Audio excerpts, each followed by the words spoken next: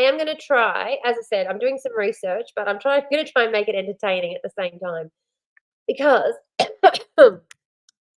I feel like, well, I mean, to be honest, I feel like this might be the only way people can get the information because anytime, oof, that's not what I want. I don't want any playback, thank you. But people, like, it gets blocked. It gets blocked and blocked. Fine, Twitch login. Hey, good morning, wonderful, lovely people. Let's just mute that for a sec. Yes, stay TikTok, go to work. You can work. Oh, you can apply for a job. I have a job. So clever. So hey, notifications. You're all caught up. Okay. Where are we doing? I do love comments like that though. People who just have no clue what this is actually about. Like people think that I make this content for me. No, I'm fine. Like I have all of the fucking privilege. I'm sitting here in the kitchen in the house that I own. Like this is why this is why I do what I do because I don't face the risk of getting evicted if my fucking what do you call it? If my landlord sees my TikTok, like I don't have that risk that so many others do. No, you make it for me. Yeah. Yes, Emery, that is correct. I do. Let's be honest, at this point, I wouldn't be making it if it wasn't for you reminding me to get out of bed every fucking day. I'll have a job if it doesn't kill me. Yeah, it's the middle of the afternoon. I mean, I'm a specialist of boys. Daddy. Oh God, now I'm being really inappropriate. Twitch sounds like it's being a bitch. Yes, I'm Daddy. Is squatting based? Yeah, squatting is based. You kind of look like young Miley Cyrus. I'm older than Miley Cyrus, but thank you. I appreciate that. Twitch the bitch. So special. Yes, squatting is based. Squatting is based. And today we're going to do a little bit of research on the different states and how you go about squatting in the different states. And I'm going to compile it together in a video that I'm going to make. So it's how I managed to avoid losing access to a roof over my head the last year. Yeah. Looking into squatters rights into all the different states. I remember the squats before the Olympic Games and all the shit they rained down, and the squatters were a huge thing in the UK. Yeah. And we have had similar incidences here in Western Australia. Particularly, there was a camp set up as a protest in Perth. And they were, yeah. Hello, chat. How is everyone? Everyone is great. Twitch, don't be mean. Oh, yeah. Twitch, let everyone on. Yeah, we had a mob set up and, oh, fuck, I just realized I didn't plug my mic in. Is the sound terrible? Is everyone having a really hard time hearing me? Yay! Louis, thank you. Oh, you have an amazing day too, Lewis. I love you so much. Thank you for joining us, even briefly. And I hope you have a wonderful day, as wonderful as you are. Rocco, no, I'm not from Sydney, actually. Well, I mean, my mother from thank you, Red Hot Cookie Dough. My mob are from Sydney, but I could not afford to stay there and live there no matter what. So, okay, cool. I think you should get a whole crowdfunded special set up for your streaming because we deserve the bestest quality. Yeah. Okay. Our country was founded by squatters.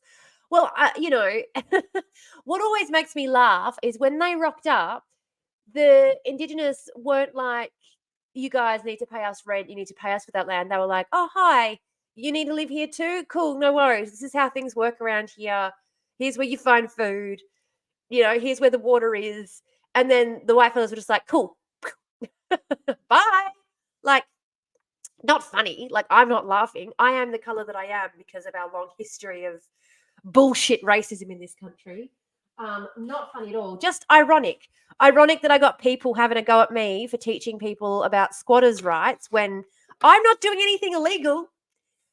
It is completely legal. Yes.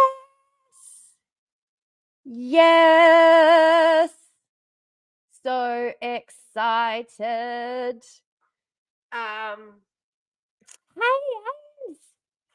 Come and join us over in the Twitch chat. Live pause. Is it back? Is it back? Let me get my garlic bread. 100% base squatting. 100%. Oh, cool. No worries. Squatting cubed. I think what is really important as well, Cool Bananas Lipstick Sheep is here. Hey, Muzza. Hi, Stephen. I'm going to add Amy to the chat. Sorry, Ames, you're not on here yet. Hello. Oh, yeah, now I am. Hey. Hang on. No, oh, no. More friends. More friendos. I do feel like whenever I actually get on here before midday, we end up having a pretty good time, but usually I'm... can't hear Ames. Oh. So yeah, you do what you need to do. I'm going to start looking. So what I'm going to do, the fucking assholes that turn up and harass you out, which means it's 100% not safe for small people and others. Yeah. Yeah. Can you hear me? The grifter lippy. Can you hear me? I'll let you know as soon as I can hear you. Until then, I'm just going to keep talking.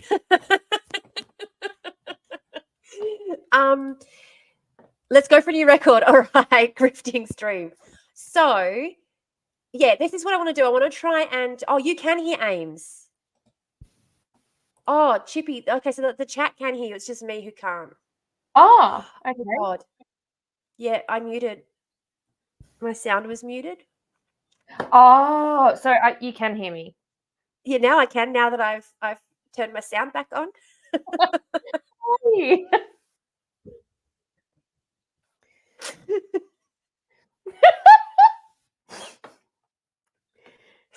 Yeah, fucking dickhead. I muted my sound because I started hearing a feedback, and I was like, "Where's it coming from?" And I worked it out and got rid of it, but I didn't. Yeah. Never unmuted again. Never again. Whoopsies! Off to a great start. Yeah. I am a professional streamer. No, I'm laughing so hard. I'm laughing so hard that you picked the topic of squatting today, given Geordie on Twitter, because he literally this morning, I literally opened that app, opened it up, and I was like, oh, Twitter's going to be lit today. It's going to be so fire, because he basically tweeted out and said, this is, I can't even remember who it was. It was what he had a picture of a guy. He said, this person's been squatting for a year. Yeah. Keep your eyes peeled for a list of currently vacant properties coming out. And people are losing their minds because, like, that's the next thing he's going to do, is apparently publish a list of long-term vacant properties. Yes. Right? Okay, so while he does that, I'm going to compile a resource for people. So the plan for today... Can I just answer this? It's not the same. No, it's not. It's not. What's his name? The fucking dude, Geordie. The dickhead Geordie. Not friendly Geordies. No, it's purple pingers. No, purple pingers. Yeah. So I've been laughing all morning because I was like, it had to happen eventually. This is the next progression. Yeah. Well, I want to go state by state. Is it better to watch on YouTube to get the hours up? If you would like to, yes, absolutely. Any place you would like to watch it is anywhere is better than nowhere is the main thing. And anywhere other than TikTok is the best, because TikTok refuses to give me any money. I made 37 cents from my last live on TikTok. 37 cents. 37 cents. Oh my God. It was because Stephen went nuts and bought me all those roses.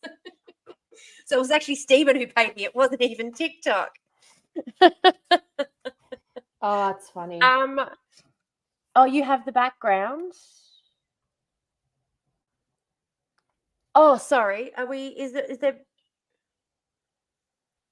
grinding towards that 50 follower milestone? Grinding. We're getting there. It's just like uphill, slowly but surely. I'm going to set up a Google Doc, and I'm going to, I think I'm not sure what the best way to do it is. Actually, it might be better to do it on, anyway, I'll set up a Google Doc, and I might have different pages for each city, and we'll go through, or each state, and we'll go through and we'll compile like what the legislation says, what some of the tips are, where some resources and things are. That's kind of what I was hoping to do. Mm. You know what I mean? Can monetize Yeah. Twitch after 50 followers. So you mean Amazon will pay me for all of the time I spent creating content on their platform? What? Shocking. Absolutely Honestly, shocking. I know. They're all like, oh, we can't pay you until you've got over X amount of viewers or subscribers. And I'm like, yeah, but you still put ads on my YouTube videos, even though you're not paying me for those ads. Like you still monetize my content. You just don't let me monetize my content. Be right back, grabbing my communion. Sorry, Your communion bowl. Sorry, yeah. I'm muting myself for a second while I reply to her. Oh, no worries. Amazon will pay you diddly squat, so with it. No, that's why we have the Ko-fi, guys. That's why we have the Ko-fi. Anyone would like help. Communion garlic bread. Yeah. Okay. So yeah, I had this conversation. Like it's been on the brain of a lot of people recently. I had a conversation recently at a Greens event where I was talking about how I oh, I've got a PayPal. I do have a PayPal. Do you want my PayPal? I could put my PayPal on the Ko-fi if it helps. I don't know. Add it to the link Anyway. tree. Oh yeah, I need to do a link tree. Okay. Google Doc first. Everybody left for 5 seconds to go and get their garlic bread, and we've already completely unraveled. All right, so you went to a Greens event. Yeah, thank you. I went to a Greens event. And there was a woman there, and I was talking to her, and she was sort of saying, "Oh, so what are you doing?" And I said, "Well, at the moment, I'm working on a video. I'm actually just at a research stage, which is what I was doing, at the time, which is what I'm going to be doing today, explaining to people what squatting is, how to squat, what the regulations are in each state and territory in Australia, and also then provide some resources for people who need some help around this." And she sat there like dead-eyeing me like, oh, she must have been a landlord green, like one of the ones that's like a landlord. Yeah. She goes, well, I think that's really, what did she say? She said, I think that's quite dangerous. There are a lot of people in this community who, I don't deserve to have the high house that I've worked hard to afford to be used in that way. And I kind of said to her, look, I get where you're coming from, but there are a lot more people who are unable to find safe and secure housing than there are landlords who need to worry about their houses becoming squatted in. So I don't really care. And my friend was running the Greens event. My bestie was running it, and she was very upset with me and told me to shut the fuck up. not because she didn't agree with me, but because she's trying to run this Greens event, and I'm like, oh, let's start an argument about the housing crisis right here and now. So the tweet that I actually sent you this morning on Signal that you couldn't see because I was blocked, it wasn't because of any other reason. It was because I was immediately blocked by that person. Was they basically, as a response, did this like pearl clutching. Oh, now. Yes. So Purple Pingers is advocating for theft. And my response was basically like, you need to touch grass so hard if you are if you are more upset about the fact that someone is potentially coming to your empty property that is doing nothing. It's sitting there empty. If you're madder about that than people freezing to death because they are homeless, where are your morals? Like, I don't trust you. I don't trust your moral compass at all. No, and we're now coming into... Sorry. Oh, I was going to say, it immediately reminded me of the last place that I lived when we were renting before we bought. But the last place we lived, there was a 3-story townhouse, beach, like views, ocean views. Had never been lived in, No, ever. of course it hasn't. In 20 years, it had never been lived in because the owners bought it to store their art. 3 stories. Beach views, ocean views, sitting empty still to this day, empty. Gardener comes a couple of times a week to keep the olive trees in check. Yeah. And I'm like, and Can you you please are release madder. this address on the internet so that every angry person can go and like smash their windows in? Yes, I will. I'm assuming that when Geordie does his thing, there's going to be you can submit. It's going to come up. It'll pop up in the, absolutely it will. Oh, nicely back. That's a horrifying thought to come back to. Nicely on track though. Well done. We weren't every. As soon as you left, the wheels fell off. Yes, Belle, it is my current suburb. I can DM you the address. Yeah, God, I know. I feel like. But can I just also finish this? I've got one more bit of this story. So all of the other townhouses in this 2 strips. So there's 2 strips. Yeah, just be careful you don't dox yourself. Sorry, I'm not going to. But all the like anywhere where I am, all of the townhouses that are in this particular band, they all have black mold. Like they're terribly built, like shit builds, right? Yeah, but as all quick cheap builds are to try and make a quick buck. Another reason but why housing shouldn't be for profit. But yep. I was talking to my neighbor and who lived across the way in the same strip. So there was like a big driveway that was a shared driveway, and then there was 2 rows of townhouses and on the opposite side. So she said to me that what had happened was because these townhouses were so terribly built that the roof collapsed. They had to spend the same amount that they bought the fucking thing for to fix the roof. Yeah. Don't even get me started. But they actually approached the owners of the front one and said, "Oh, do you mind if while our house is being repaired, can we rent this place from you? Because we know it's empty." And they said no. They said no. They really are the most selfish cunts on the planet, aren't they? Like landlords are just the most. It's almost as though when you get and this is the other thing, people will go, "I worked hard for that," as though those of us living in tents weren't also working hard. I had one guy comment on my last TikTok that I made talking about this, saying, you know, maybe if you spent your money, saved your money, blah, blah, blah. And I said to him, dude, I had 80K in the bank when I was living in a tent. I had 80 grand in the bank when I was living in a tent. The reason I didn't have, what was it, originally 110 grand in the bank when I bought a house was because I decided to spend 30 grand on a car. Because I was going to be living in my car. So, because he's like, you know, buy a house before you buy an expensive car. And I said, the reason I bought the 30 grand car was because it was a 7-seater that my kids could sleep in the back of safely. Because I couldn't find a house. And I had 100 grand in the bank. And I couldn't find my kids a fucking house, not to rent, not to buy. And people say, you know, 20% deposit, like how hard's that? Like you don't even need 20%, like 10% deposit. How much is that? And I just said, like I responded to this one guy's video and I said, okay, you know how many times I got rejected for a mortgage when I had a 20% deposit? 3. I got rejected 3 times for a mortgage when I had a 20% deposit. 3 times. Yeah. Because they weren't sure about my ability to remake mortgage payments because of the casualization of my work. Even though I had had consistent shifts for over a year, they weren't sure. And then COVID hit. Yeah. Yeah, she needs to pull herself up. No, actually, maybe you didn't just try hard enough. You didn't. And I know that because all you had to do was you just had to print out and you had to go and talk to people in real life. Yeah. Yeah. That's how just have a conversation, just network. It's fine.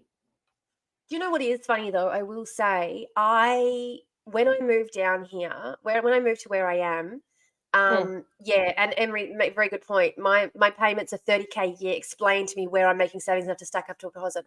Someone the other day was looking at someone's funds who, again, was living on a pension, and they said, you spend 96% of your income every week. And they were like, yeah. And this guy's like, well, we've got to figure out where you can cut down expenses. And then he goes through everything, and he's like, right, like you don't have any money. There's nothing to cut. You can't cut further. What do I cut? Just say, like, what are you talking about? Cut down where? My leg? Yeah, you're bad at community building, though, remember? You can't get hostile, snarky centrists who are intent on misunderstanding you like you. So I don't know how good you are with community building. Yeah. Oh, man. Sorry, I know I keep getting distracted. But what were we saying before that? We were talking about, I was making a comment about something. We're talking about the pension, but before that, oh God, there was a thought in my head.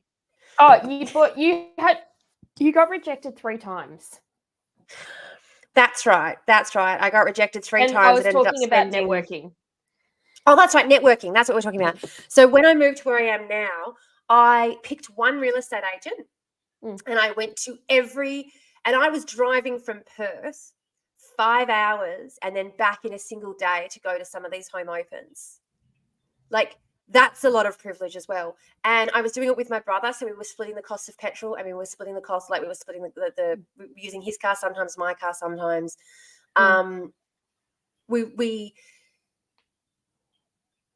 would come down here, go to like 2 or 3 home opens, all at the same agency, and we would basically stand there at the front and talk to the office junior, who was the one who did all of the home opens. We would stand there and we'd just chat with her the whole time, and we told her our story, and we got to know her really well. And then when we moved down here, I went into the office and I was like, oh, is Kaylee here? And they were like, oh, yeah, no, she is at the moment. I said, oh, I just wanted to like offer to buy her a coffee because she's been so helpful. Like, we've been trying to find a place, and, you know, we know you guys don't have a lot of stock at the moment. Like, I'm not here but she's been really helpful trying to help us, and I just really appreciate it. I wanted to come and show her my appreciation. And like a week later, but again, this comes with an immense amount of privilege. I offered to pay all the year's rent up front. I offered to pay the entire year's rent up front, because this is what people don't get. I had the kind of money in the bank that I could afford to pay all of my yearly rent up front and still not need to go and race out and get a job, like still be able to live on the rest of my savings, and I still couldn't find a rental. Like, that is how bad the situation is. Yeah. Money wasn't the problem. Money is not the problem, but even still, you should be able to not have a job and not, you know, you should be able to not have 100 grand in the bank and still have a home. So housing is enough for you to do a quick 10 to 12 hour round trip for a quickie visit, but the Emery isn't.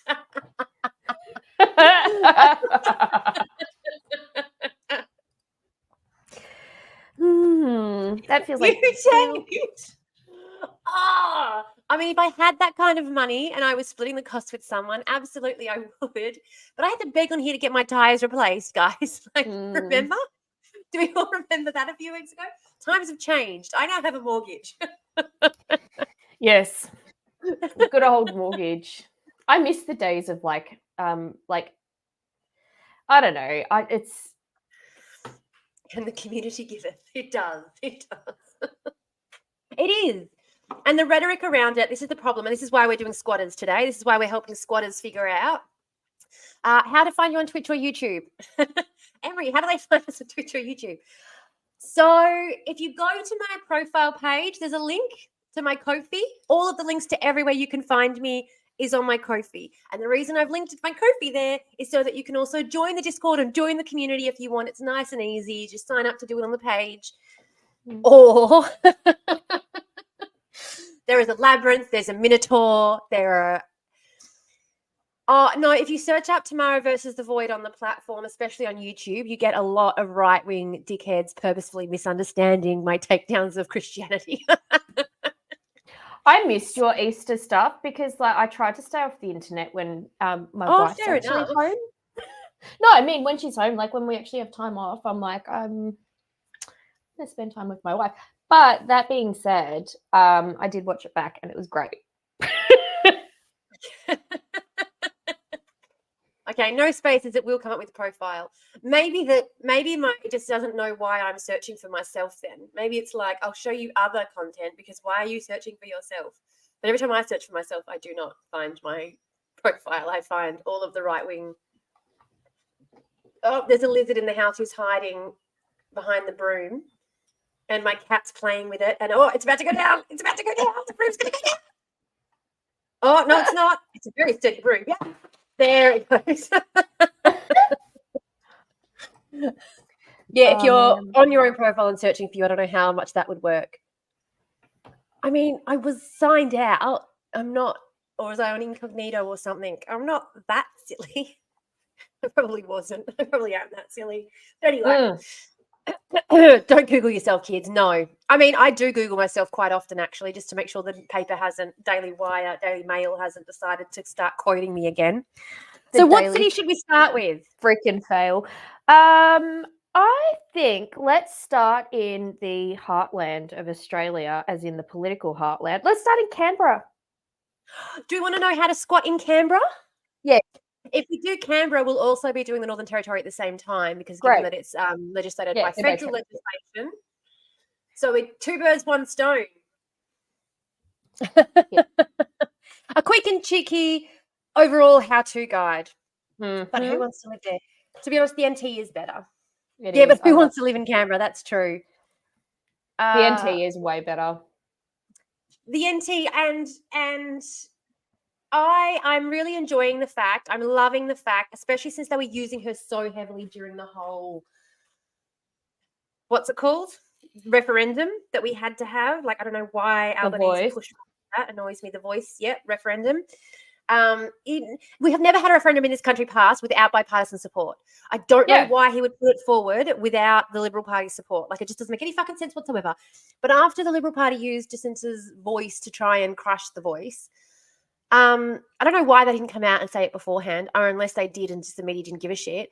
But I do love that the community is coming out and saying, who are you talking about, without needing to say more, but do say more. It's JP. Yeah, Jacinta Namaji I can't pronounce that. You know who was like, look, I'm trying to stay out of like this lane, but do you know who helped like was a massive part of the campaign and drafted the statement? Who? Mark Liebler. No campaign, you mean? No, the yes. Mark Liebler. Who? Mark Liebler. Really? As in the head of the what's the name of the association? It's the Australian, it's like basically APAC. Yeah. Yeah. I'm frustrated that now we're getting all this information about the elders and community basically saying she doesn't talk for us, she's not in community, she's not one of us, and she was being used as the, like, you know, Indigenous people are against voice C. Jacinta's saying, like, the excuse for racists to not vote for it. And everyone in community is just like, yeah, no, she's not one of us. She doesn't speak for us. And there is a really big issue within community about Indigenous. Like, a lot of the time why you won't get a lot of Indigenous candidates is because you do sort of have to go and check with the elders before running. And she never did that. She never asked. She never checked. She never, like. But then there's also, like, that Nova Paris was just in Israel as well. Like, it's a big, like, red flags, man. Like, but it's the way, it's that whole thing of, like, using a brown face to do the violence of white supremacy. Yeah, absolutely. It's why Candace Owens is so popular. Labor didn't want it to pass, else they would have done it differently. Yeah. Correct. Yep. More tokenism. It's all like, oh, it's not our fault. Whoops. What can we do? So I'm going to share my screen with the Google Doc. I'm going to share the Google Doc. And we're going to do NT squatting.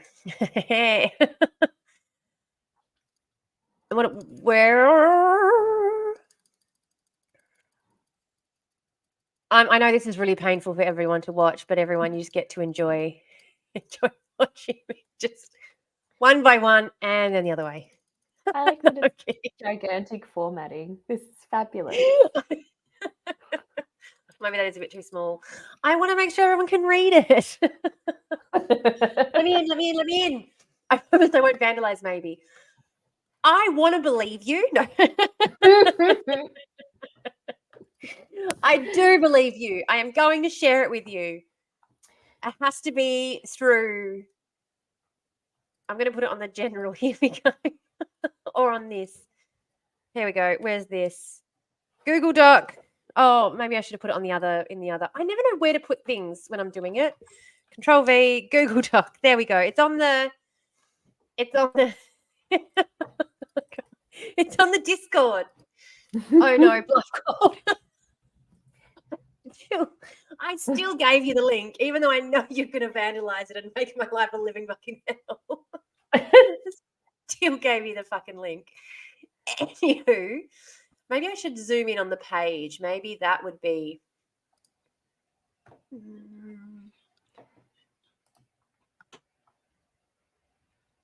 There we go. How's that? Guys? Lovely. All right. So we've got our page on who. Do you know what? Who wants to be scribe? Does anyone in the chat want to be scribe while we go about doing this shit? Oh, what am I doing? I'm trying to make it look aesthetically pleasing. It doesn't have to look aesthetically pleasing. Just actually, we can fix it later. Oh, Emery wants in. You made me need to request access. Of course I did. I know you. We've met.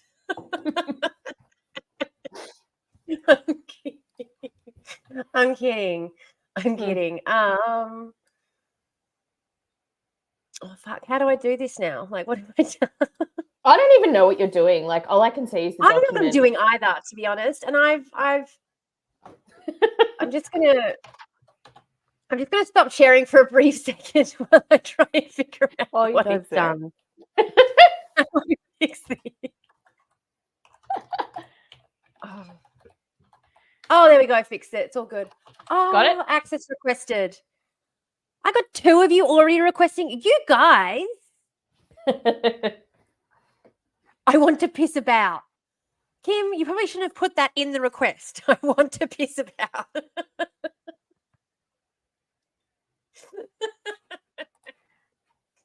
Oh, God. So, yes. So, it is on the Discord. Go for gold if anyone wants to. Okay. I immediately... Sorry, I don't... Yeah. Let's get started. Can we get started? Come on. Yes. Let's get started. All right. Because I already know that I picked the right one for the first one. Oh, you did? Why? No, go on. Why are you so excited? I'm nervous now.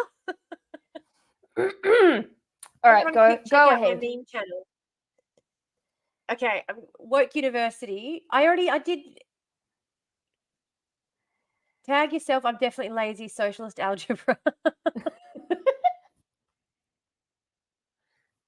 Okay, all good.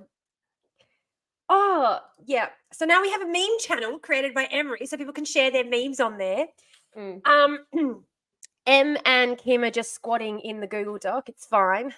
No stress. How do I zoom in though? I want to zoom in on the page, like make it bigger. I really do hate it's thematic. Oh God. Oh, I do hate that I am so bad at this. Okay, all right. This is going off the rails. Can you give us an overview of what squatting is? Okay, so squatting is basically when you are residing in a property without any contract to be allowed to give you legal permission. Basically, there's no contract between you and the owner of the property that allows you to stay in the property. You are staying there without the owner's permission, without their direct consent. However, there are laws that govern and protect squatters in this country for a lot of different reasons, one of which being that we do recognise that shelter is a basic human right, despite the fact that the Liberal and Labor Party would like to forget that very important fact, and they would like to convince us that that is not, in fact, the case. Mm. Okay. Now Emery's okay, Emery's in charge now. I'm just going to ignore the Google Doc because it's confused me way too much. Now, there are a lot of different programs that actually try to circumvent squatters' rights. So, for example, in the Netherlands, they have a program where they will pay you to live in an abandoned property in order to ensure that you've got a contract to live there. Squatters don't have a right to come in and squat. So I did that when I lived in the Netherlands for a while. It's one of the reasons I got a really bad sinus infection. Wait, isn't that something they also do? They do that in the UK as well. So I'm going to be completely upfront. I actually don't know heaps about squatters' rights. All I knew is I saw it. So I'm going to be your student today. But they do that in the UK too, yeah. Like big abandoned, like I think I ended up on a weird side of TikTok once and there was someone that was squatting in an abandoned funeral home and they were telling spooky stories. Emery and Kim are just bullying me in the chat. Yeah, sorry, they were squatting in an abandoned funeral home. Sorry, yep. Yeah, and it was like creepy TikTok, but I think that was the principle. Was like they had been paid to actually stay in this abandoned property. Yeah. So in the UK, they have a few different programs. There's one of the programs that they operate is that you can rent these abandoned buildings for a lot cheaper. So there is no like bedrooms as such or things like that. It's basically like abandoned hospitals and things or like abandoned hotels, and they you can rent out a room or funeral homes, and you can rent out a room for very cheap. In the Netherlands, they will pay you. So it's a job to protect their property. Basically, they treat it like a job, which is how it should be treated because that's what you're doing. You're doing them the favor, not the other way around. And it's mainly, and again, the organisation that I did it through, it's not, you can't do it with private residences. It's done with corporations and companies and like businesses. So probably the nice thing, every time I see it, every time I think about it, I picture that scene in one of the Avengers movies when Hulk is thrown through that abandoned warehouse and that guy's just standing there looking at him and like the place looks like fucking trash, but you can tell someone kind of lives there. That was the vibe of the place that I was staying in. There was an old office room in this warehouse that I lived in. I had they provide you with a cot. They provide you with like basic. They provided me with basic kitchen appliances and things. Like I had a kettle and a microwave and a hot plate and everything that I'd need to survive in there, basically. And they paid me like €80 a week, I think, which free accommodation, and I'm getting paid €80 a week to live in the Netherlands. Yeah. Okay. Thanks. No worries. Okay. I did get quite sick though because I wasn't prepared for the weather. Yeah. And not lies. Sorry? Did you see a ghost? Was it creepy? No, I did not. I don't think the building I stayed in was old enough to have any ghostly entities vibes going on. Okay. Yeah. But it did not have any sort of heating available to it, and they didn't provide me any heating, and I was not. Well, I did have this little. I remember actually, I had this little heater that used to make this noise, and I would not leave it on overnight because I got it secondhand, and it used to make this clicking, whirring noise, and I was convinced that like I'd die in the night, I'd burn up in the night if I left it on overnight. So I would leave it on in the evening while I was cooking and stuff, and then when I'd crawl into bed, like I had it right by my bed, and I'd be snuggled all up in bed, and I was like, okay, once I was warm in bed, I'd turn it off. Wait, is it one of those? Was it one of those little ones that had like a fan and it would like blow? No, it had the the bars that go red. Oh, one of those. Yeah, it was one of those old school ones with the bars that went red. And and it really fucking terrified me that this thing was going to burn up in the night. So you got sick. Into my game. I'm getting okay. So wait, can I understand? Ames, why don't you believe in ghosts? I don't either, but I gotta go. What's going on in the Google Doc? Join the chat. Chatception. Fucking hell, you guys. What are you doing? I have lost control. Did I ever have control? I feel like that's just, I feel like that's reaching. I feel like I was never. I'm putting your chat up on the screen though, Emery, so you can't like Yeah, it's all the M show. It is. It's all the M show. We're just characters, really. So yeah. So one of the things about squatting is that oftentimes it's so. Let's have a quick look under international law. What international law says about squatting? Is it? It's called adverse possession, right? That's the legal concept. Yes. Yeah. Squatters' rights and adverse possession is the. Yeah. It's. I mean, it's called both. Like we would still say like adverse possession and squatters' rights are kind of they're the same thing, but that's the legal term. The legal term is adverse possession. Yeah. Yeah, but as I said, most legal scholarship that I read on it does just call it'll say like squatters' rights and adverse possession. Like it'll call it both. Like I've never really seen anyone talking about it who hasn't also referred to it as squatters' rights. Yeah. But yeah, anyway. Yes. See, you do know something about it. Why are you pretending you don't know anything about it? You know plenty. Because no. I just pulled this up. But also I went back to Geordie's tweet. So I'm monitoring Geordie's tweet just to see how unhinged it's getting over there. And it's getting unhinged. People are going, yeah, feral. I lose my mind every time I come on here and see the new Tamara. Sylvia, why is that? Why is that, Sylvia? Did you know me in a past life? Did you know me during my JW days? Because I was in a cult and that definitely had an effect on my personality. Sorry. Is this from TikTok? You got comments on TikTok? Yes, you're doing voyeurism today. Fucking hell. Doxing my fake name. How dare. What are the state colours for the different states? Aren't they all basically the same, just with a different little picture on the corner? Brian Cox said if ghosts existed, they would have found it when they turned large hydrochloride on. Yeah, that's true. Oh, yeah, true. Anywho, so Black Law's Dictionary defines squatters as someone who settles on another person's land without legal title or authority. So I don't really like this definition too much because you do still have a legal right, but I guess legal authority is a good way of putting it. So a person entering upon lands not claiming in good faith the right to do so by virtue of any title of his own or by virtue of some agreement with another whom he believes to hold the title. Under former laws, one who settled on public land in order to acquire title to that land. So you could actually squat on the property, like back in the day, if you squatted on like public land, you could gain the title to that property. You could gain the title to that land. This was more seen in the US, definitely not really been a thing so much in Australia, though it has. Like, I'm not saying it hasn't. Obviously colonisation. Yeah, the OG squatters. Yeah. We rocked in. A thing in Australia where they just rocked up and went, we own this place now. We planted the flag. We let Captain Cook's like it's mine now. The original squatters. What, really? There are state colours? Oh. Emily, are you making this shit up?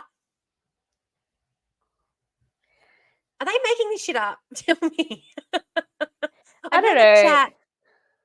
I feel like the chat is yes, you.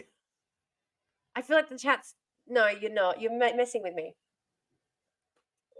What do you mean we have fucking state colours? I don't think we do have state colours. I don't think that's a thing. We have state flora and fauna, state birds. Yeah, but like, what would WA's state colour be? Like, what would our? Go ask the other Amy. I don't feel like rugby league. Other Amy. Rugby league. She's gonna. Oh, the other Amy, not you, Amy. Other Amy. I'm gonna have to Google this, aren't I? Oh, well, I mean, Amy can't see the chat because she's on YouTube, not on Twitch. I feel so lonely. Oh, I need to figure out how to get this chat up on screen. She's not. They're She's state not wrong. colours. They're state colours. There are state colours. We just Yes. knew. We just learned something new. Hi, Dennis. I'm sorry, I shouldn't have doubted you, Emery. Why do we ever doubt anything Emery says? It's very Okay. silly of us, in all honesty. Do you want to do a quick little aside? Just a quick All right. one? Just a Okay. quick one. Brought on by Emery yet again. What colour is the Northern Territory? You get a guess. Doubt the Emery. Red? Close. Really? It's not red. Brown. Ochre. Ochre. See, I was thinking that, but I didn't actually think they would choose ochre. Like, I was thinking of the earth, but I was like, what colour would they translate that to being? Okay. Yeah, Australian Capital Territory is, drum roll, Green? blue. Blue. Yeah. Ah! Queensland's Probably yellow. maroon. Are we yellow? Is WA yellow? You're gold. Gold. Same. Yeah. Victoria is navy blue. And South Australia is red. Gold is yellow. Yeah. Mm. So we've got like two blues. Well, there's three because New South Wales is sky blue. Tasmania Oh is Tasmania is bottle green. Are you kidding? Oh, bottle green. I've got a lot of bottle green around here. My kid's principal is obsessed with the colour fucking bottle green to the point that green. she's like, she tells the kids you can't wear tights, you can't wear white tights, you can only wear bottle green or black. And I mean, don't get me wrong, like Best and Less sell bottle green tights, so it's not a problem at all. Like they're quite cheap too. But I always say like, why? It's this. My kids are just green from head to toe. It's just not a good look. It sounds like a lack of boundaries. I like this color, so I'm going to make everyone else wear this color. That's odd. Oh, Emery has found a way to include YouTube Amy. I'm trying to play board games with children. Amy's like, stop interrupting me. I'm trying to play board games with children.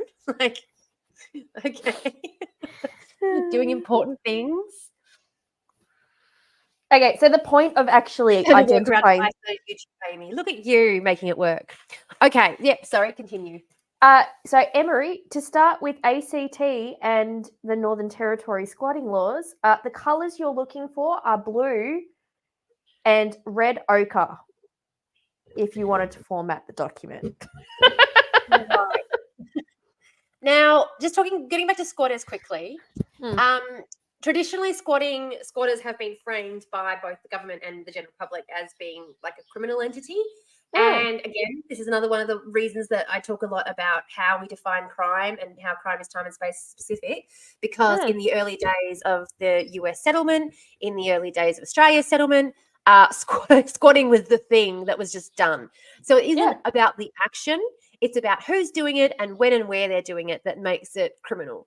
And that's what people need to get through their heads, that criminals aren't engaging in any particularly deviant behavior. We have labeled it deviant, and a lot of the time that has more to do with who the person is who's doing the act rather than the act because itself. Don't forget that when they came over here and they decided it's now going to cost X amount of dollars to buy a parcel of land, and the Indigenous people who were living there, they called them squatters and told them to get the fuck out, despite the fact that it was their land, you know? So once again, criminalizing the behavior of the group that we want to criminalize rather than actually making laws around what would make our society better. It's about control and coercion and control. That is what criminal law is about, and that is politically what the police are about. So, oh no, what's Emery doing on the Google Doc now? I don't think her comment to about Amy as chaotic as needs the live stream, to be honest. Squatting is vagrants. It's a vandalism in the Google Doc. That was Kim who asked, I think. Yep, squatting is vagrants. Well, vagrancy is more about like travelers thought of as being vagrants. But yes, vagrants tend to like bring their own vagrancy it tends to be, particularly in the law, it tends to be more about people who are very transitional, whereas squatting is about staying put and like digging your heels in and refusing to go. Like just I'm not get leaving. those You heels can't in make there. me. Yeah. Yeah, you can't make me fucking leave.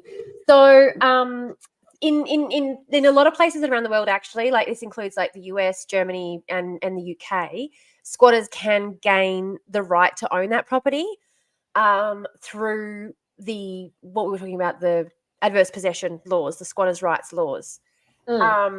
So, adverse possession is the method of. I feel like I need to actually look up the official definition rather than speak off the top of my head, or I'm going to sound like a fucking idiot. You know what I mean? It says, so I've looked it up.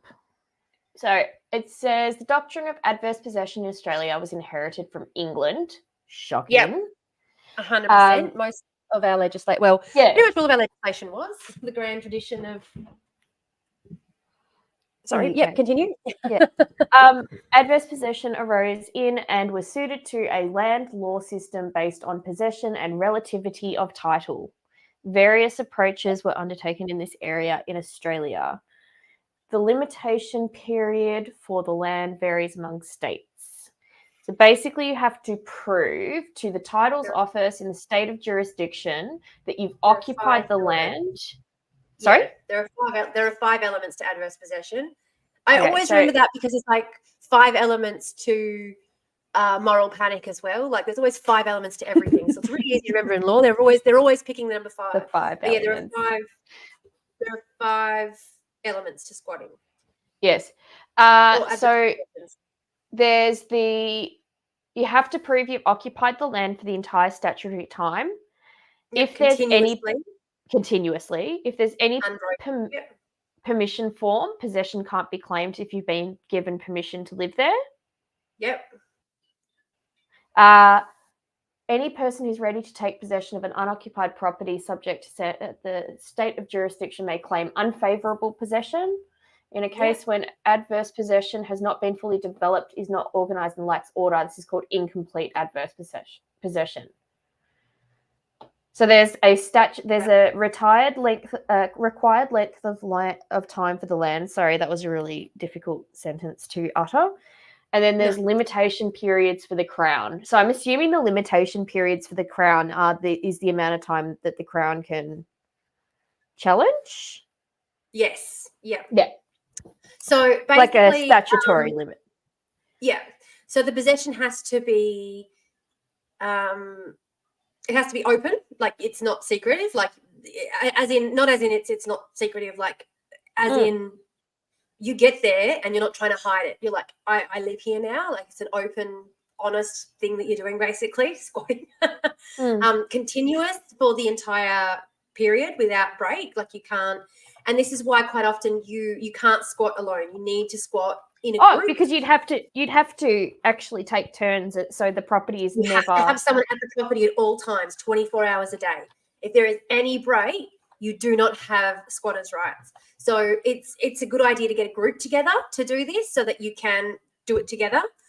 So it has to be continuously and unbroken throughout the entire period.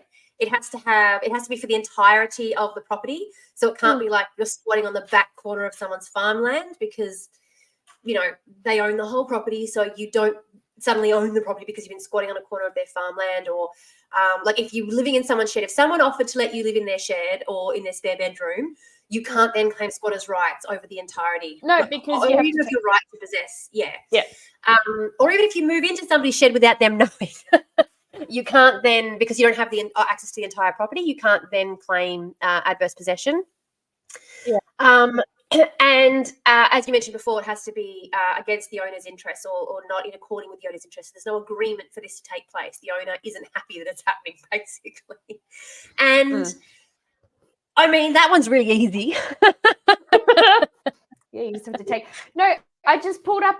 So I've done a little Google, and there's like it's just come up with a like a story which I've never heard of before, but it's pretty based.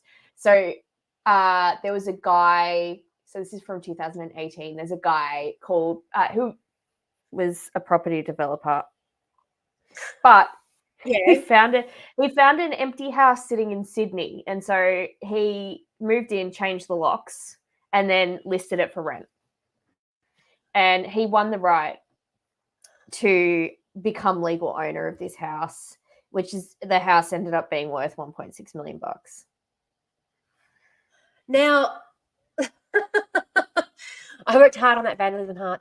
I am sure you did, unmarinated thought stream, but I thought it was important that we see what you were, and I wasn't censoring you. I was seeing what else you were writing. I was curious about what else was going on in the document. I'm sorry, going back to the vandalism heart.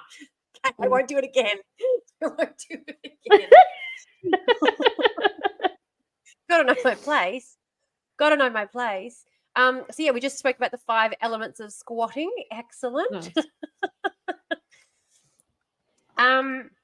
Now, the thing is that the reason that I also wanted to talk about this as well, and I'm going to just sort of zoom out for a minute, is because Article 8. Actually, let me get. Where's my book? Oh, I didn't bring it in here. Let me go get my book for a second. It's called Adverse Percussion. Adverse Percussion. Huh? What? Fact-greedy landlord. It actually depends. It's based on different. The legislation is different in different places. But yeah, no stress. Hang on. I'm just going to go get my international human rights book. So this case, while Tam's getting a book, but this article. So he noticed that this property in Sydney in 1998 was in a state of disrepair, like in bad disrepair. Yep. And so he was like, all right, I'm just going to move in. I'm going to change the locks. And then I'm going to list it for rent, which is the ultimate opportunism. But also, how much money do you have to have? Like what? I know I'm speaking from the current housing crisis. Ooh, boot. Sorry, the cat's yelling at me, so I'm just letting them know I'm being good.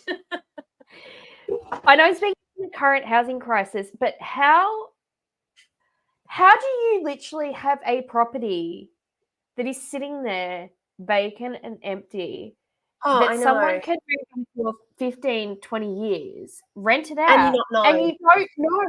Like, you don't. This is the argument for, like. And this is actually one of the arguments for adverse possession of squatters' rights, because, and this is one of the reasons that in some jurisdictions they do allow this to happen, because the policy is supposed to force landowners to both maintain and monitor their property and take care of it. You know, there's actually a vacant block across the road from me, and the person who owns it comes every few weeks and like cuts down the shrubs and stuff and trims it and does all that sort of stuff.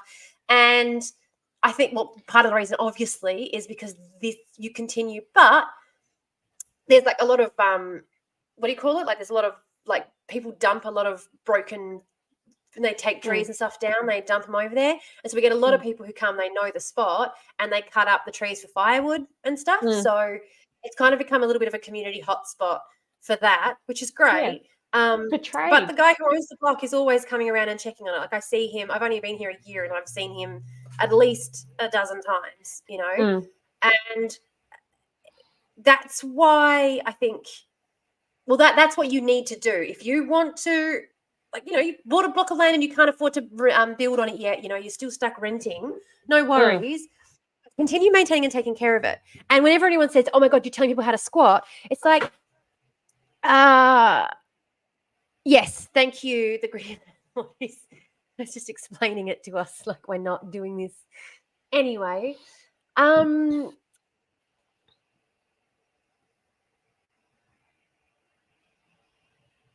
trying to think of what I was talking about before I got distracted by that. My brain just keeps going blank.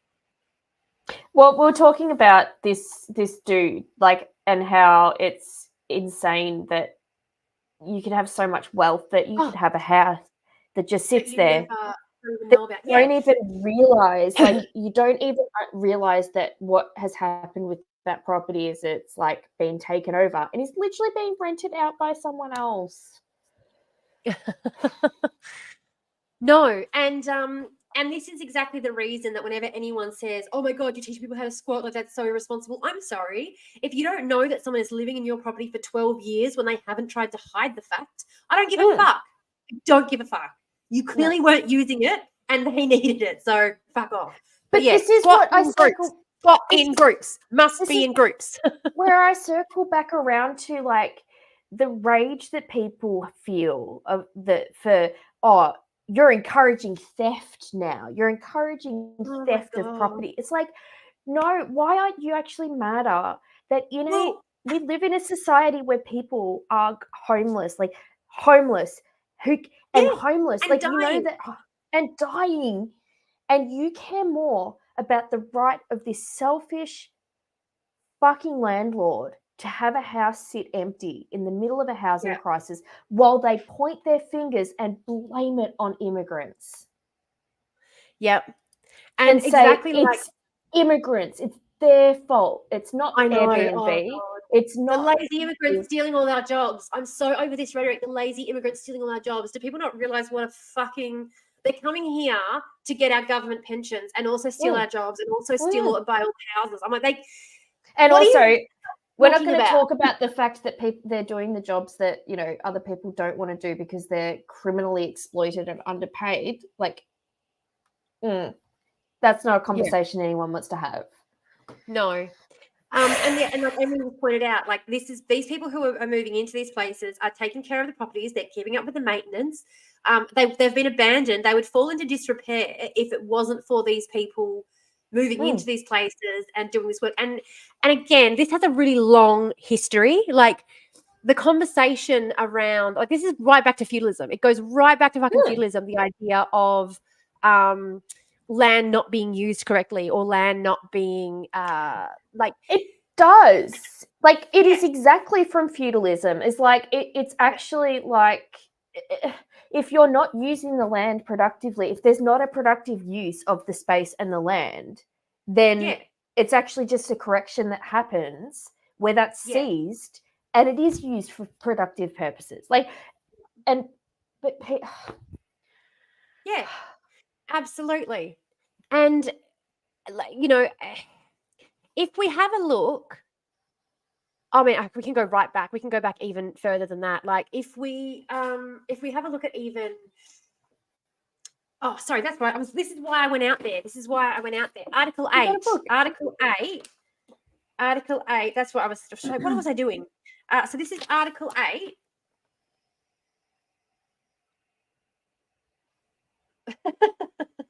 Hang on a second.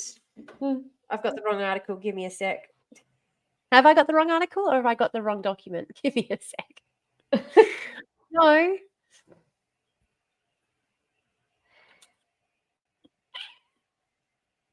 That's absolutely it, Emery. Honestly, that comment on screen. Bingo. Yeah. Yeah.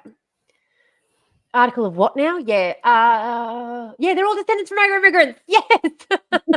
I know. Expats. That fucks me off too. You're not an expat. You're an immigrant. Like, fucking, why are you an expat just because you're white? Like, an expatriate? Like, everybody who immigrates is an expat. Like, yes.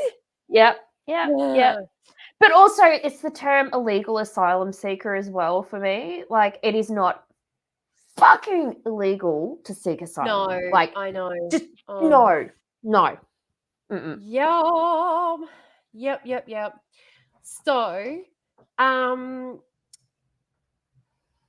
so misuse of land through waste is what adverse possession is trying to combat, basically. So this idea in our historical context, imagine all of the privilege that you own a property of all things and don't check on it for a decade. Exactly. And this idea that and we've lost so much of this, the idea that anyone could, because what we have forgotten is that land is a communal good that we've decided to parcel out by things such as money, but that doesn't mean, like, the whole idea of capitalism was supposed to be that we find the best use of the resources by use of the free market. This is going to waste. This land is going to waste. There's a misuse of this land that's going on. This could be used to house and feed and care for people. And I said it's sitting there empty. No, not always, fat greedy landlord. This is exactly why we're doing this on a state-by-state cases, because you don't always have to add value to the property. That is true in certain jurisdictions, but not all of them. So that's what this learning thing is about, so we can explain this to people.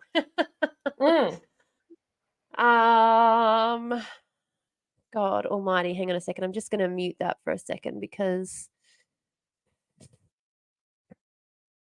I'm just going to say one thing really quickly. There's somebody in my chat who on TikTok who is trying to teach me about squatters' rights and is getting a lot of stuff wrong because they're obviously talking about a very specific jurisdiction. Yeah, being pissy. Yeah. Anyway. And we're back. This conversation is too intelligent for my state. Hey, I'm in WA. It's the wait a while state. That we'll get to it eventually once everyone's dead state. So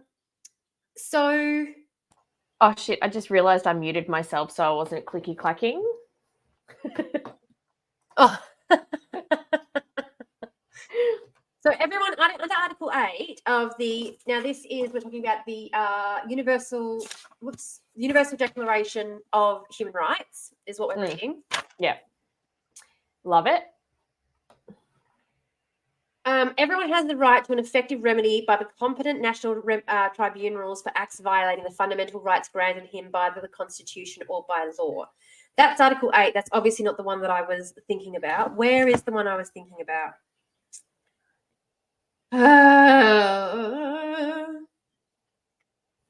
No, can't find it. No one should be subject to arbitrary arrest, detention, or exile. We're really bad at that one. That's Article 9. Yeah, we're terrible at that one. Where are we?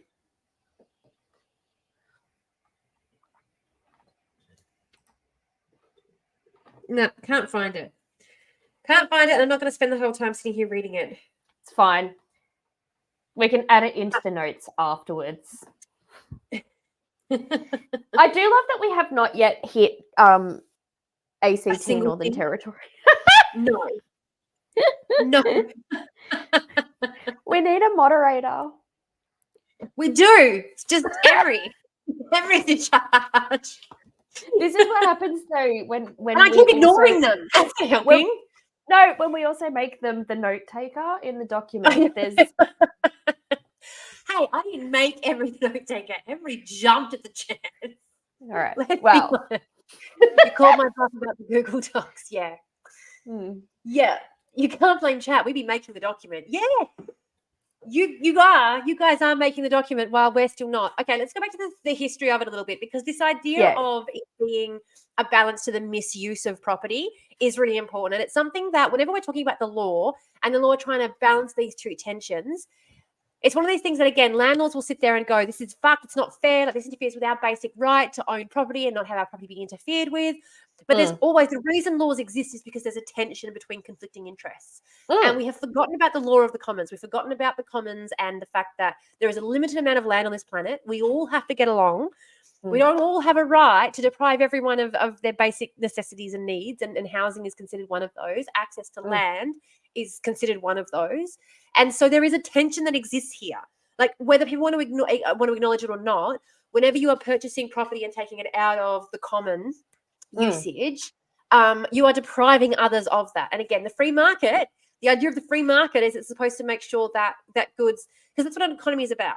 An economy, again, I fucking hate talking about economics, and yet I'm always fucking talking about economics. Why am I always talking about economics? Because economics is the thing that underpins every single thing, like the entire way that our stupid society works, because we decided to monetize everything. We decided we had to have freaking credit scores and mortgages and jobs. Yeah. That's why everything comes back to economics. That's why. Economics. Yeah. But economics is all about trying to figure out how to distribute resources, because like Mark says, right, every object has two values. It has its inherent value to me, but it also has its exchange value. So it has its value for what it can do, but it also has its value for what I can exchange, or what I can, like, you know, there's those conflicts. And and things like land don't ever lose that value, right? Like, we're using it, great, but I can also exchange it for other value, like other people can use it. Like, it maintains that value. It's not like it can get, I mean, it can get damaged, obviously, but it's not like it can get broken and destroyed. They're destroying plenty of it. Let's not get too ahead of ourselves. But anyway, And the economics is all about trying to find the best balance for that, the best way to use the limited resources we have for the most amount of good. And to ignore that and keep like harping on about property rights in capitalism as though this tension about the misuse of property doesn't exist there is just fucking ignorant. And I do get really frustrated by the ignorance of these people. I know this is a concept that I've probably never been introduced to before, but it just blows my fucking mind that they seem to think that the only interests that need to be protected are theirs. And I get it's because they've got money, and that's what the law does. The law has been... It protects capital. Yeah, they protect capital. That's all they fucking do. Absolutely. That is the point of the law under capitalism, is to protect capital. Yeah, I wasn't actually planning on following through with it. I mean, I don't know if you haven't followed through with it, to be honest. I'm looking at that Google Doc and I'm already confused. Yeah, back to those stages of moral development. Absolutely. The answers to why economics was capitalism's fault. And we all know what brought that up. And look, the idea, economics has existed as a field since before capitalism. Like, this is something that people were tracking grain sales, and when grain sales would go up and down and whatnot during feudal times, the resource management was an issue for the crown. It was just that it was completely up to the crown to decide how to use those resources and who to divvy them up to and who would get to decide where they would go. Now, the idea of adverse possession, like squatters' rights, squatting has a very strong link to like the utilitarian Roman property laws. And utilitarianism is very much the idea that it has to do the greatest good for the greatest amount of people. So, that makes complete sense, actually. Like that makes complete sense. There are times when utilitarianism is not great. Like, for example, if you're in a hospital and they're like, well, we could let you die and harvest your organs and save 10 people, so we should just let you die. Like, let's not. Like, every human being has its own. No, I mean, the link, though, to the Roman Empire. Yeah, that makes sense. That makes complete sense. No, yeah, the reason I was bringing that up was only because whenever I bring up utilitarianism, everyone goes, oh my God, yeah, like you just think that like trolley problem. And it's like, no, I'm not. I think every life has inherent value, but there are times when utilitarianism makes complete sense. And the greatest good for the greatest amount of people when it comes to housing is one of those things. So yeah, especially when the trade-off to that is like it's a different trade-off. To house people has a very, very different impact to the person who doesn't get to keep their house sit. Like, that's the thing that drives me nuts when people are like, trolley problem. No. Yeah. Pulling the lever actually has, in this case, when you're actually applying utilitarianism, the lever actually has very different consequences. One is basically nothing.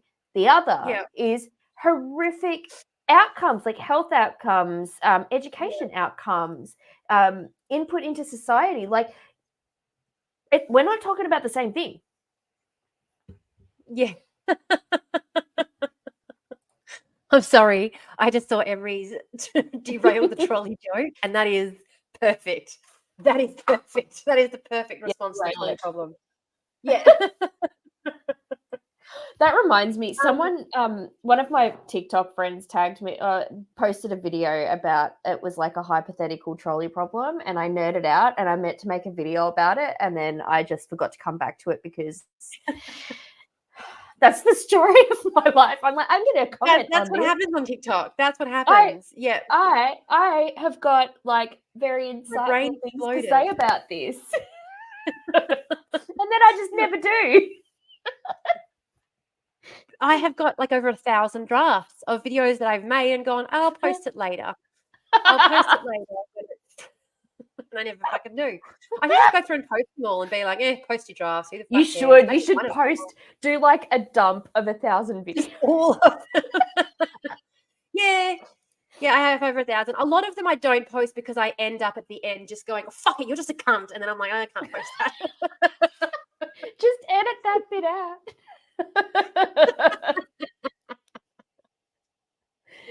I don't make videos, but you could if you wanted to. That's the thing. You could if you wanted to, and you just don't want to, and that's fine. Yeah, that's fine. We will have as much of you as you're willing to give us. Well, at the moment, great about the way that the Roman property system worked was that everyone had their own individual houses, but the arable land that was used for farming was communally owned by those people. And so they would communally produce the food. And if someone like had a surplus of land, they could allow somebody else to use it to farm and grow their own food and whatever.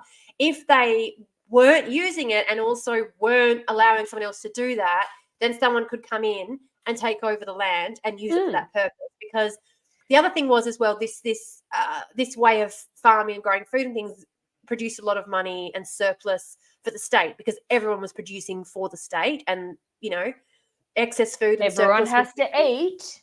Everyone has to fucking eat, and everyone was growing food. So there was surplus to be sent to the front lines. There was surplus to be sent to the farthest reaches of the empire, and it was making money for the state. And so because it made money for the state was like, it ain't yours, use it or lose it. Use it or lose it. Simple as that. Yeah. I mean, really, they were attempting to maximize the utility of the land, which is what capitalism is apparently all about. But this preceded capitalism. This system of housing preceded capitalism. And sure, it wasn't the most fair thing, but you can't say that people weren't eating well. Like, Anywho. So yeah, the idea as well of people sort of think before capitalism, they go straight to like English law, and it was all owned by the crown, and it was all based on like family lineages and things. And that was very true for Northern Europe. That was very true, in more like in Western Europe and things. But there were places where this wasn't, like, people act as though pre-capitalist society was the same, like it was homogenous everywhere and everyone was doing the same thing everywhere. And it's like, no, actually they were not. But even like the common law in England and even their acceptance of adverse possession is based on the Roman tradition, because the Roman tradition fed the English tradition, which feeds the Australian tradition. That's how the law works.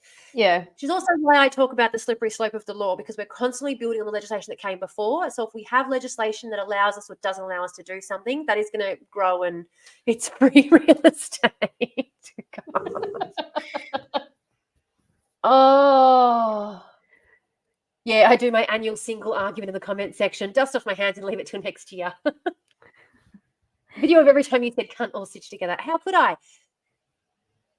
CapCut.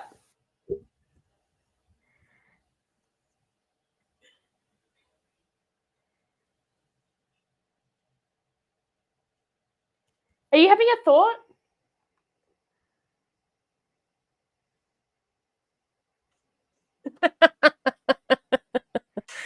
Yeah, true. I'm signing to Emery. Oh. Sorry, just having a little side conversation over here. Don't mind us. This isn't going to be about the kind of squatting I want it to be, is it? Do you know who Marcus Aurelius is? Oh my gosh, yes, of course I know who Marcus Aurelius is. Like, are you fucking kidding me? You know, sometimes when people try and make fucking comments just to be assholes, Yes. Yeah, I was telling Emery to make videos signing. But yes, then they pointed out very correctly that they will just get a whole heap of people asking them to teach them sign language, which is very much like a deaf-only thing. Yeah, we all want to know what he's saying to you.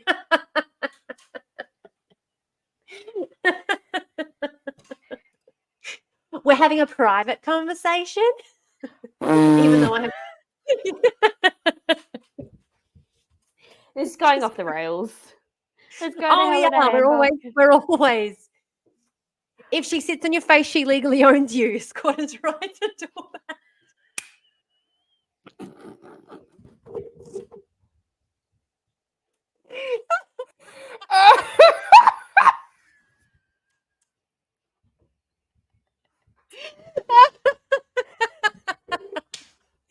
What are you talking about? I like this guy on TikTok saying he's asked over 100. You're the first woman in 100 I've asked on TikTok Live who's known who that was. I'm sorry, but I just don't believe that. I do not believe you've asked 100 women who Marcus Aurelius is. Like, everyone goes through a Cleopatra stage. Every single bitch out here be going through a Cleopatra stage. Do not be like, you're not like other girls. I know the other girls. They were all doing the Cleopatra stage with me.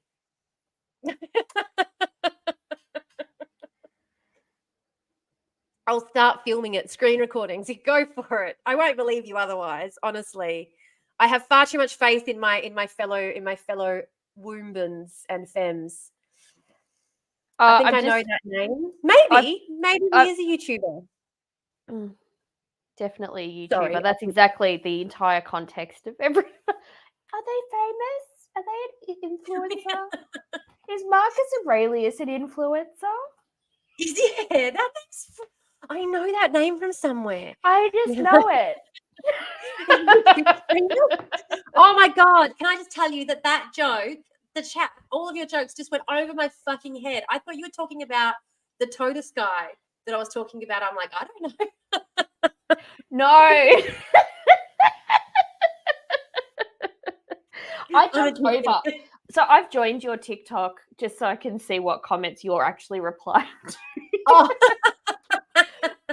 But also ignore the TikTok. They they know that the combo is happening over here.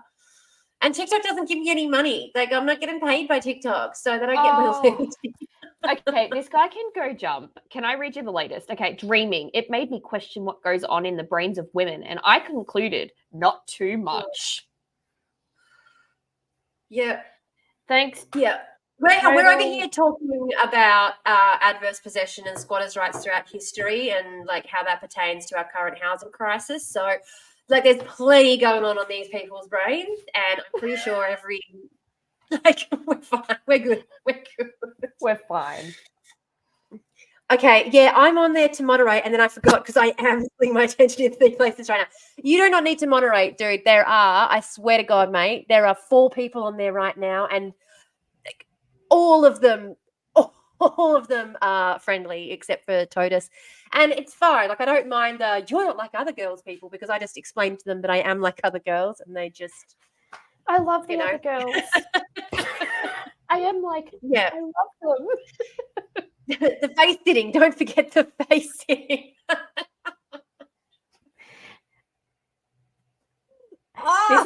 This entire stream is just so queer coded. It's not funny. Well, we're all queer. We are. Straights in the chat. Like, just shout out if there are. No, we've got our token. Amy's our token. We've got our token straight. We got our one little token straight. Everyone else is a little bit bent. Okay. All right. Everyone breathe. Squatters. Maybe I should roll myself a cigarette just so I do something other than talk constantly. Okay, no. So are we eventually? I think we've done the background. We've talked a bit about, like, where the laws came from. It's linked with ancient Rome and how they've all trickled down through England via colonization. About how James Cook was the original squatter. That is literally what colonization is just coming and squatting. Yes. Now, when people stopped living under the feudal system, when people started earning wages rather than working to produce goods that then could be traded for, other things, the normal way of doing business. Just like, sharing and coming together. I'm sorry, but my hair is so fluffy. I fucking hate it when it gets like this. I just need to shave the whole fucking thing off. It's voluminous. It's voluminous, yes. Give us a flick. So this metamorphosis from state to individual control of property and decision over what was going to happen on the property, this did come up. This is where we sort of have that birth of that tension then, because we're suddenly allowing people to take the property out of common usage, but there is still this idea that, well, you have to still be being productive with that land. Like, land is for a purpose. If you are not using it for a purpose, use it or lose it. That was still an idea because it was coming from this feudal system. So it made sense. Yes. But there was this building idea of, this is sort of talking about, if anyone wants me to release the video that I made on the history of liberalism and liberal ideology, I got so bored about 3/4 of the way through, and I just go, I don't fucking care. Like, that's it. That's all I'm talking about this. I will release it on Ko-fi, though, for anyone who wants to watch it. It's not very good, but let me know if that's something that you want. Do it. But also, that's the most realistic ending to a history of liberalism video is who fucking cares? You're milk toast, like wet bread liberals. Like, who cares? I was mainly talking about the history of liberalism from this perspective about how it crops up and how it relates to Christianity and how it relates to capitalism. And so I was talking about the fact that in the 14th century, the idea of like liberty, someone who was liberal was someone who was no longer under feudal indentured servitude. They were a free man. So that's like the idea of liberty, liberalism and freedom are very closely associated because of that. But did you go into the third dimension of how that also flicks off into two directions? It's like the libertarianism. That's at the point where I got really fucking bored. Like I started talking about it and how there's this tension in it, and then I got to this point where I was like, oh, I'm fucking not talking about this anymore. Like I'm so done with liberals. You can get fucked. Do you know how many videos that I have? Do it. Okay, Emery, just because you said I will. Yep. Do it. But do you know how many videos that I want to talk about this thing, but it bores the fuck out of me because it's such a, like, it's just an irritating concept. It's stupid. Like, and it's just going to end up me being ranting about this thing. I've got a file with all of my like script ideas that I'm working on and stuff, and I have to share it on the chat. I have to do that actually. But what if you do the same thing? Like just come in, like look at the topics, add to stuff if you want to, start your own, like, you know, you could do it, or just have a little, and then if you want to create a video on any of it, you can, because I'm not. I have 30 scripts there half written. I'm never going to record all of them. Anyone who wants any of my content produced for themselves, go for it. No, but it's such a mood. It's like you talk about this, you just, these people are like it's so stupid. It's so dumb. Like, sorry, I'm correct. I need to correct myself. It's ridiculous. It's absolute absurdity. Absurd, yes. It is absurd. And I also then go, I'm not going to make a video about this because it's just going to end up with like a bunch of people flooding and they're going to rant about, you know, bring these mid takes. And I just am so disinterested in having an argument with all of these mid people who don't know or care. They just want to make it a problem. And then I'm just like, nah, I'm not going to do that. Yeah. I'm going to go make another coffee. And this is 100% that this is exactly it, because people aren't willing to open their mind to the idea that someone else's worldview might be different to their own. You know? Like, Ames. And look, that is why I'm transitioning over to YouTube and Twitch, because it has become so painful to try and exist over there. And the great thing about TikTok in the early days was it pushed you similar content to the stuff that you were making. It pushed you to people who had similar ideas to yours. They were really trying to build communities. They wanted you to be friends with people on TikTok. Like if people followed you and followed a couple of people you followed, they would say, you should be friends with this person. Like it was really about trying to build connections in the community. And now they're just trying to make money and push the algorithm. And so now what they're doing is they're pushing your content towards the people who are most likely to argue with it.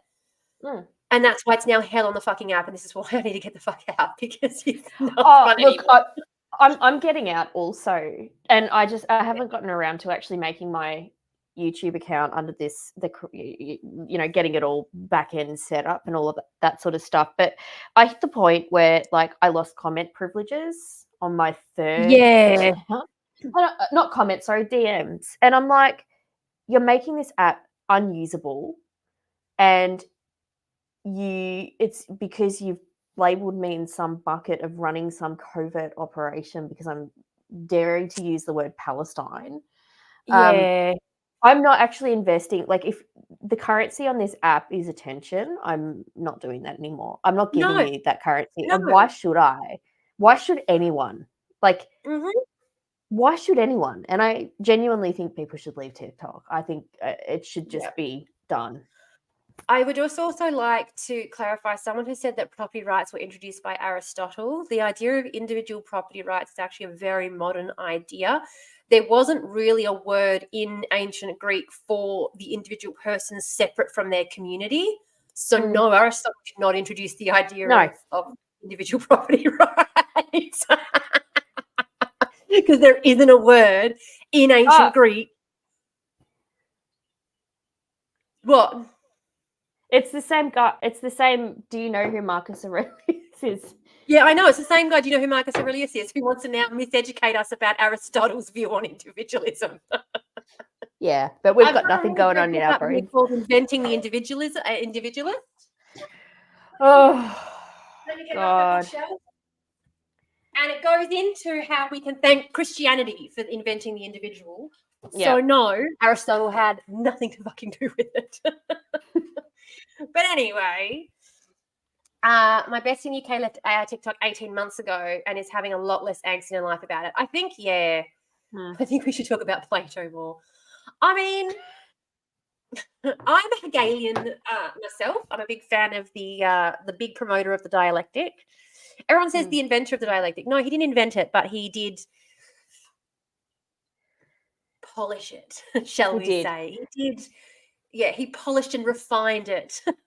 Can I just, in your comments, can you say this? Because obviously they can't hear me, but I need you to say this to the TikTok comment. It's a tool of the CCP. So if that's true, why is TikTok absolutely crawling with feds? Yeah, if TikTok's a tool of the CCP, then why are the coppers on here trying to use it to target us? Shut down literally any dissent and discussion against the American government. Yeah. Ask that question. That's what I always think. Is like, these people say this like with no understanding that they've got clown makeup on. Like, if it's think critically. Plato was the one with the cave. I like dark places personally. I personally welcome more communism in the world. I mean, same seas. Yeah. Same, man. Anyway, back to the face sitting. That is now all we are going to refer to as going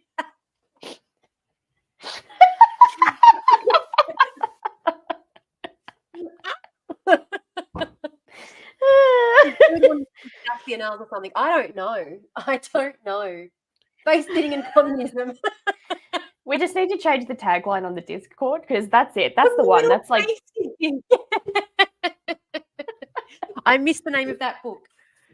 Solar Punk, then you need to join the Discord and join our book club because Kim will have recorded it and put it on the book list for us. By the way, Kim, you are now a, what's the word? Moderator? Love the smell of a good book. Me too, but also, is moderator the word you're looking for? Admin. You're now an admin on the Discord, so you can go in there and like pin your comment to the top of the page and just edit it so that you can just keep adding the books in there rather than, having them be all over the place spotty. Oh, actually, I missed it. You're too little on my screen. That stuff is the good stuff. Inventing the Individual, the Origins of Western Liberalism. I feel pretty certain that book's already on the book list because we've discussed it so many times. I know. Do you know what? I love it. In the index, I've got to show you just how many pages in the index refer to Christianity. So we start here. Our first reference, and then it goes, and it goes, and it goes, and it goes, and it goes, and it goes. Having come out of Christianity, that does not surprise me in the slightest. And it stops talking about Christianity when we get to God. And now we're talking about God. And it goes. Do you know what? I actually have a gift voucher for a book that I got for Christmas that I have not spent yet. I think I'm going to go get this book because it sounds lit. All right. So I'm just willing us back to the point. Okay, let's put us back to the point. I need to be controlled. If I'm not being controlled by somebody, I'm just like this chaotic force that's just unleashed in 20 different directions. Yes. Yeah. Now, we were starting we're starting with the ACT and the Northern Territory squatting rule. Okay, so let's have a quick look. Let's jump onto Google Scholar. Am I sharing this tab? No.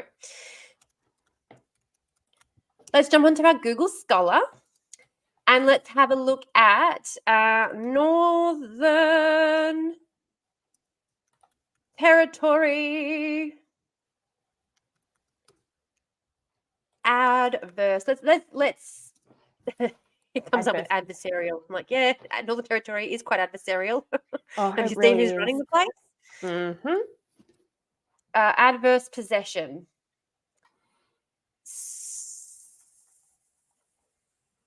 So, the effect of adverse possession to part on a future Australian cadastre, an overview of adverse possession Australia within the framework of Torrens system of land registration. Northern Territory does not permit the acquisition of title by possession to registered lands by adverse possession. That doesn't sound good. That's why I said we started with the best one.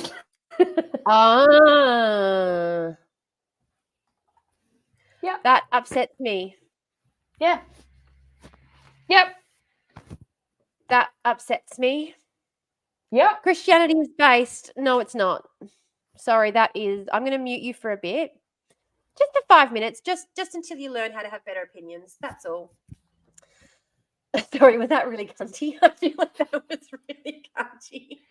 No, it was assertive. You laid down boundaries. I would have booted them from the comments section. I would have just like, no, not doing this. Say the name of the book, T. That's what you were saying. Okay. Yeah, nah, fuck them. All right, I agree with you. Nah, fuck them. Now, I do need to. Where is my lovely little aha, here it is. SSRN. My favorite site. My favorite site because it lets me download the papers so I don't have to I won't lose them. They're downloaded. Which site? It is papers.ssrn.com. And you can search for papers in there and get access to them for free. And it lets you download them without paying $120. Why have I never heard of this? One fucking paper. Did you not know it existed? No. Oh, it's brilliant. I emailed the authors of the papers. I track them down on Twitter and I'm like, hey, can you please That is also a really good idea, though. It does not always work. No, but a lot of the time it will because they don't care. They want their paper to be read. They don't care. They're not making money from it. No. Oh, far out. Thank you. You. There was actually a 2008 Queensland case which raised the issues regarding adverse possession and access by encroachment on land.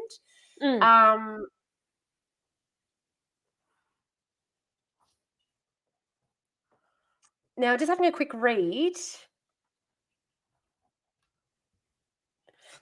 And yeah, it's just saying here that there a wide variety of solutions is possible depending upon individual state legislation. So it's very much an individual state issue, which we already knew. The solutions range from easement creation to adverse possession to revocation. Oh.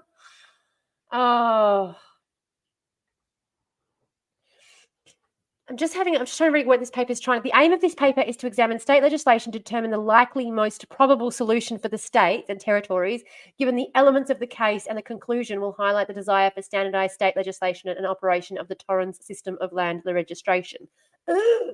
No, we don't want that. We don't want that. Far out. Can you translate? Oh, okay. Yep. Sorry. So basically what they want to do is using the current legislation that exists in all the different states and territories, using the facts of the case, trying to figure out, using the purposive approach, what the purpose of each legislation is, trying to work out what the outcome would be if that case was tried in each individual state. I mean, that could be helpful, but what they want to do is they're pushing towards this Torrens system of land registration, which from memory, what they're basically saying is that they want like a comprehensive land information management system that would basically what Purple Pingers is creating for empty properties, but for all properties it would tell people what the legal status of any land was. whether it was public or private land, what restrictions things would be on there. And that would also include, it would also list if there were any rights that had been granted to the land through adverse possession as well. And they want to, I'm just going to double check that I actually, that is the same thing that I'm talking about, because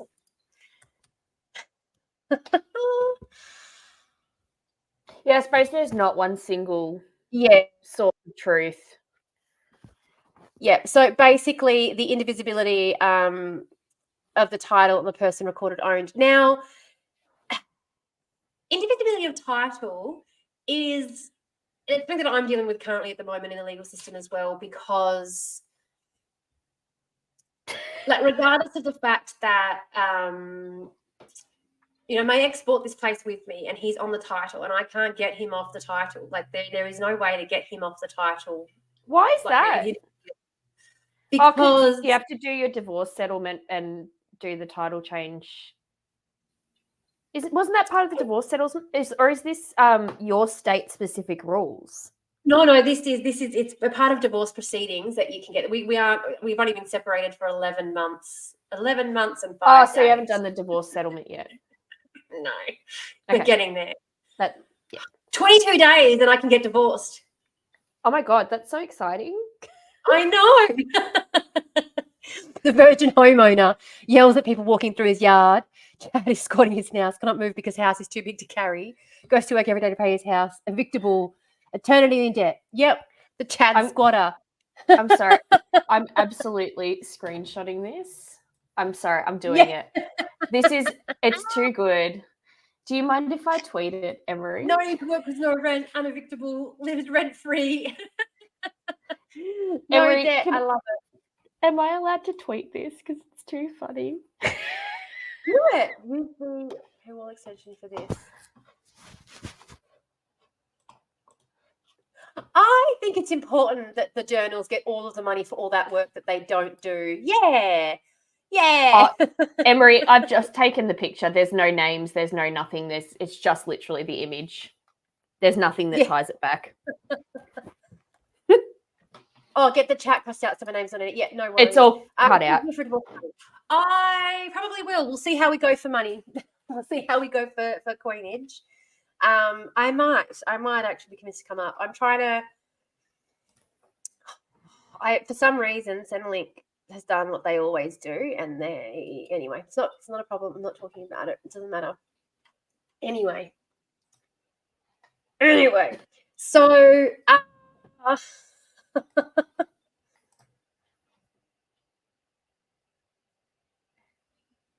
So statute of limitations create a 20-year limitation on adverse possession historically. Is that still the case? 20 years? Depends. No. Yeah, I'll get it. Depends on jurisdiction, but yeah. So are you talking about for the Crown or for the squatting time? I'm trying to figure out which jurisdiction in Australia will allow us to. So I know in Western Australia you can. Should we look at Western Australia next? Since Northern Territory was so disappointed. It's every single state except for ACT and Northern Territory. You can't squat in the ACT or Northern Territory. Right. Are you coming up? And I think it's because it's like a federal. It's not. They're not a state. Yeah, they're under federal legislation. I am hoping to, Emery. I am still hoping to. Yes. What they wanted to do is rip Indigenous people off of their lands, like the Poms did to New Zealand. Yeah, and they did it here too. They did it to us here too. I can't live on my family's. I can't live where my mob come from because it's in fucking Western Sydney. That's where my mob come from, Western Sydney. By all intents and purposes, we should be one of the wealthiest fucking families in the country. Instead, we're all fucking homeless. Yeah. Isn't the ACT like a 99-year lease? Yes, I believe so.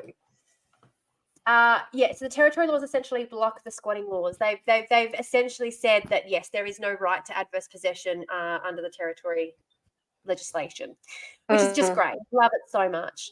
Let's have a look at Western Australia, shall we? Or should we look at somewhere else? Does It anybody doesn't need matter. to know anything about squatters' rights right now? Is there anyone in the chat who is maybe we could help out by looking at their state specifically? I'll have a look at TikTok. That's super cool and fun. Isn't colonisation really great? It is. It's fabulous. Just fucking steal all the land and... All right, let's have a look at Victoria.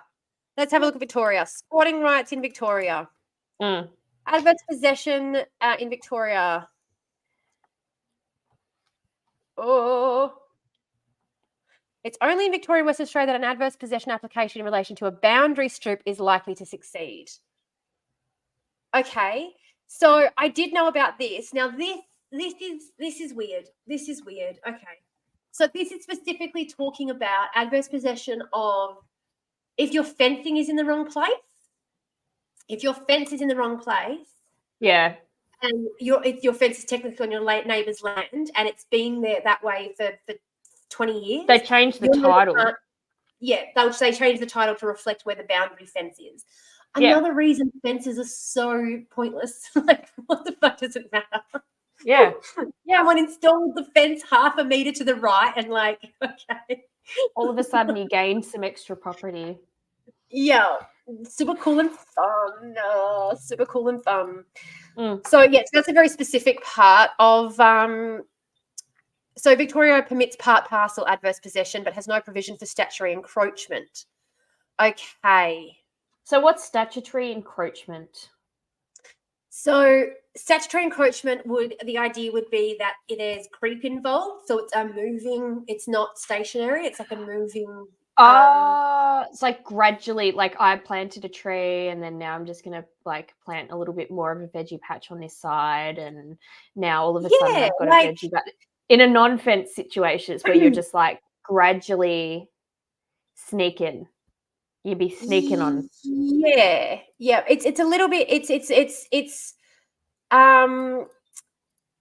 pretty much exactly that. Pretty much exactly that. But I do find it weird because, as we were talking before, in order to get adverse possession, then like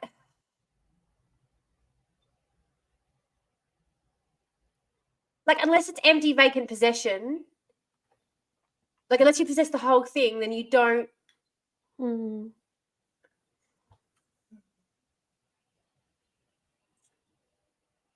It sounds like there's like different layers to this. Like there's different types in different jurisdictions. Yes. So, basically, so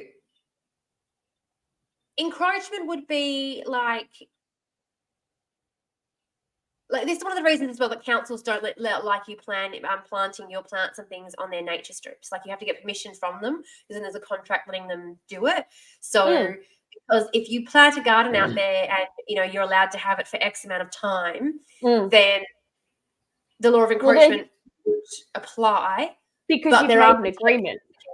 Yeah, but there are protections. Okay. Because you've made an agreement, and then if you haven't made the agreement, the council says nothing. You're growing something on the nature strip.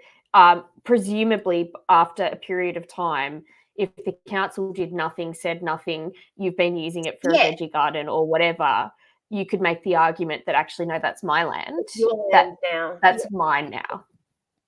And especially with verges and things, a lot of the time, the idea of having a verge there is in case they want to extend the road later, or if they, they have roadworks and things, and they lay the piping down there and they get access to it. Like, they're allowed to come along and dig up your front garden to lay down new NBN wiring because they own the land. It doesn't matter if you've been taking care of that lawn for years; it's their land, and so they can do whatever they want to it.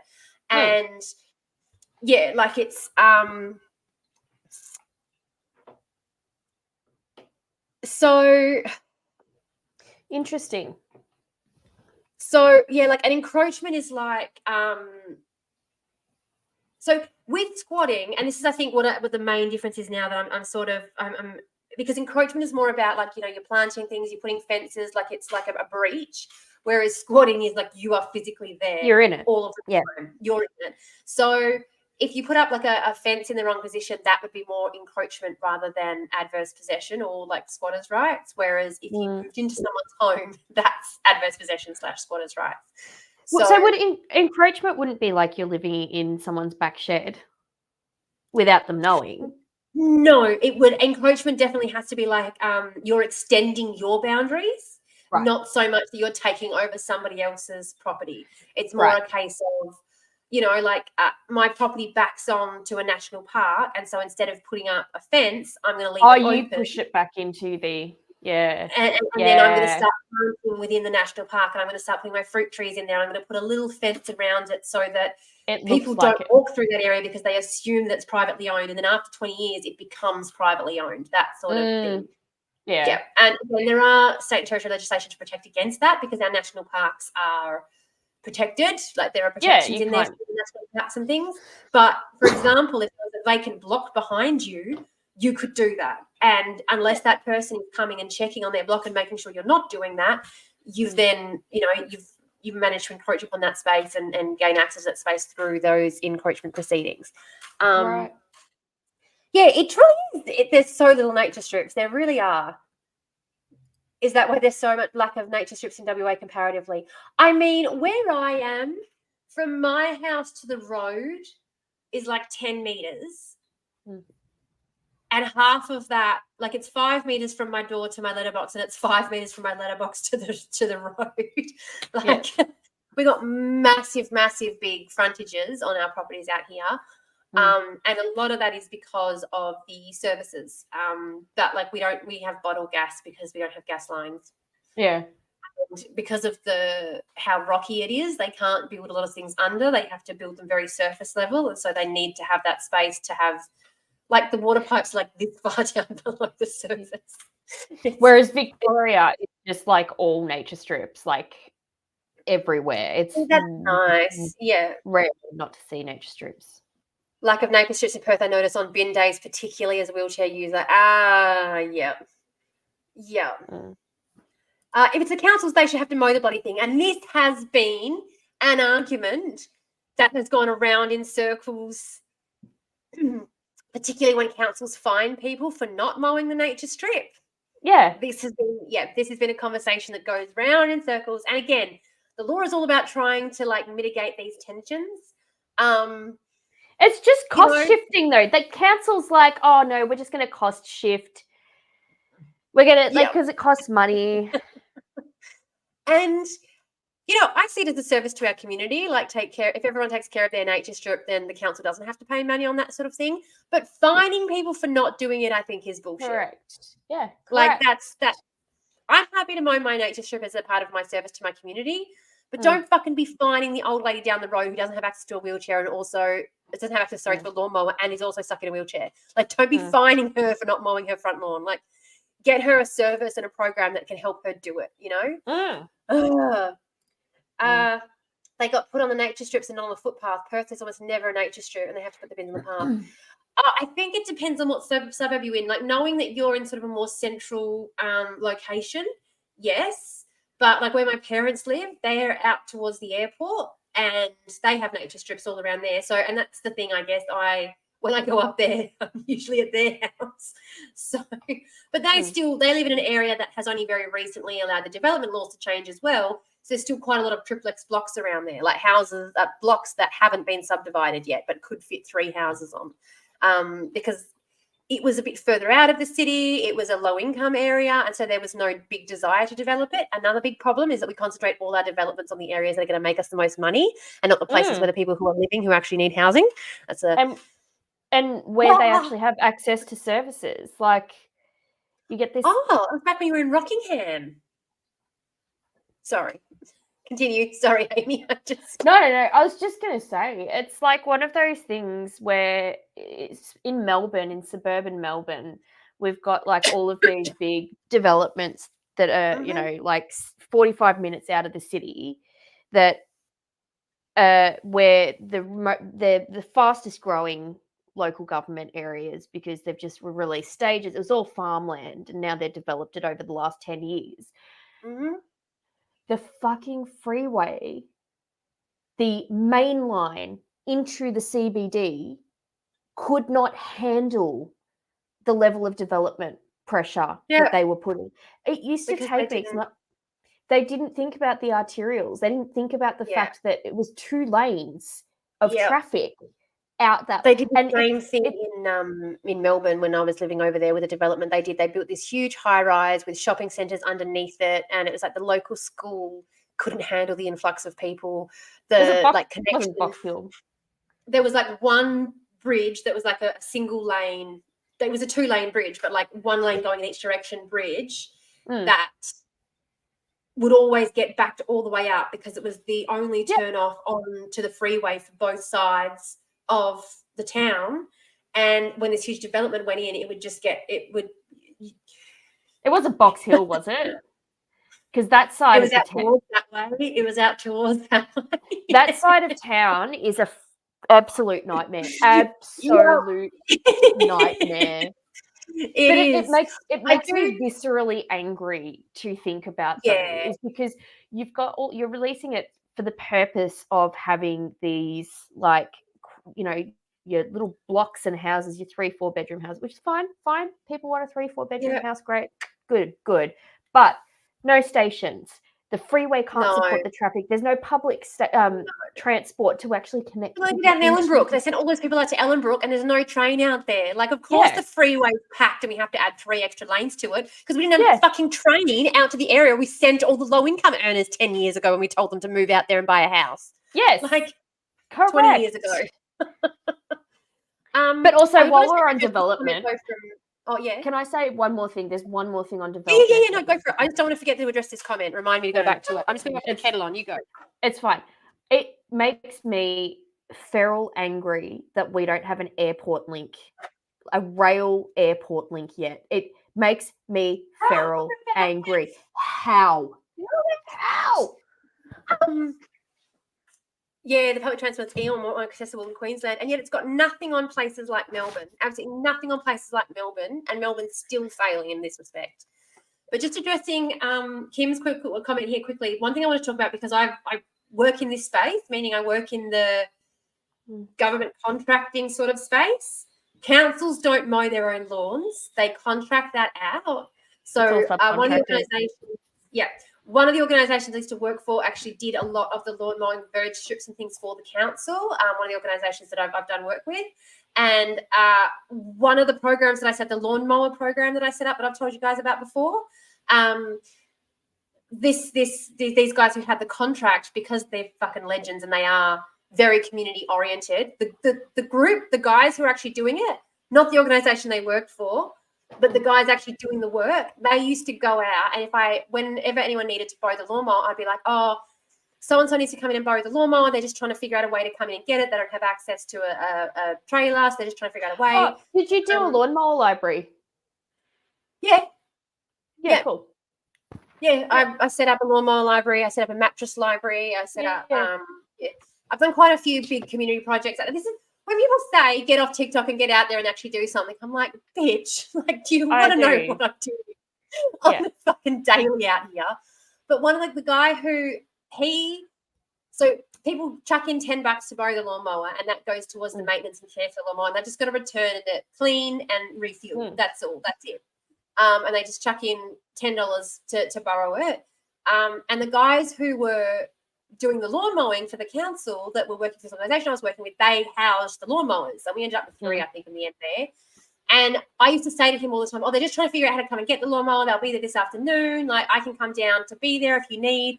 This guy was just like, no, it's fine. Don't get stressed about it. Like, he just did not, he was just, and I found out that he used to just call these people and be like, where do you live? I'll come around. And then he would not only take the lawnmower around there, but he would mow their lawn for them. Like, if he went around there and it was like an elderly person, he'd be like, oh, no, you sit down and have a cup of tea. Like, I'll mow the lawn for you. I had no idea he was doing this. He wasn't getting paid to do this. This wasn't part of his contract with the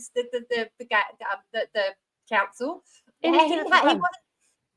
he was just doing it because I was out there in the community trying to help people, and he could see that, and he also wanted to help people. And so he took it upon himself just to mow people's lawns when they couldn't do it themselves. Like, yeah.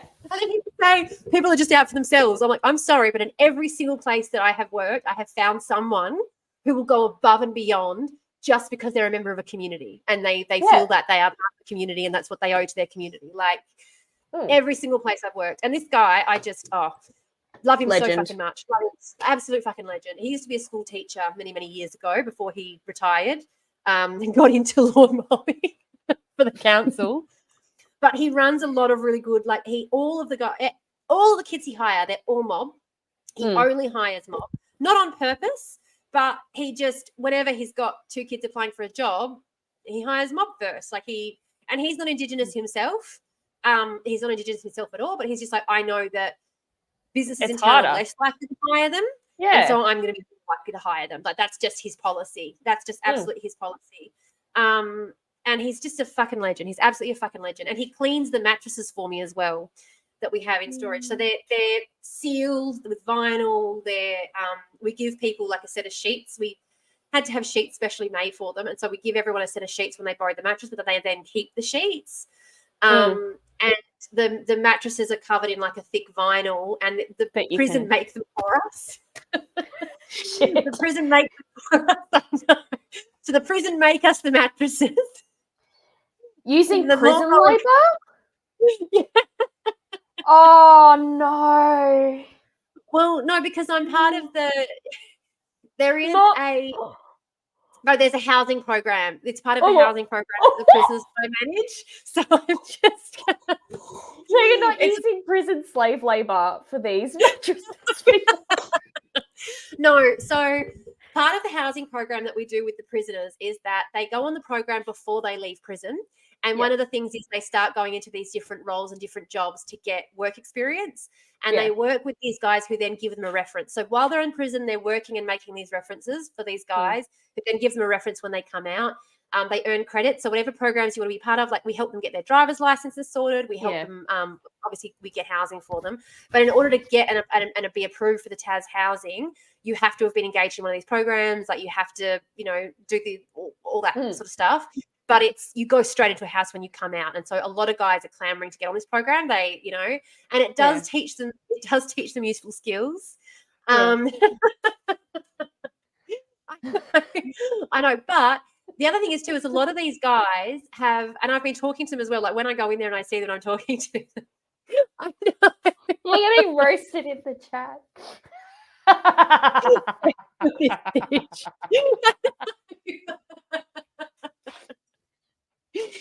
But I've been talking to the guys as well, and a lot of them want to they like pushing because the prison shut down all these programs. They didn't have the money to keep running them. And so we went in there to get this system set up, to get the program set up, to get them to get the skills and to get like I know. But a lot of the guys are talking about they want to try and get the carpentry shed set back up, and they want to get like more building happening and stuff. And I was floating the idea to some of the guys about building tiny houses. And I said, what if you joined the building program to build tiny houses? And then when you left, you got a tiny house. And they were all like, fuck yeah. Like we learn to build, we get that building experience, and we get a tiny house that we can drag onto someone's property. When we like going out and doing shearing, we can drag the tiny house out to the property to do the shearing or like, But also, if they've built their own house, they know exactly how to maintain it. Like they know, if it's something that you have built yourself. Someone make Tamara Prime Minister.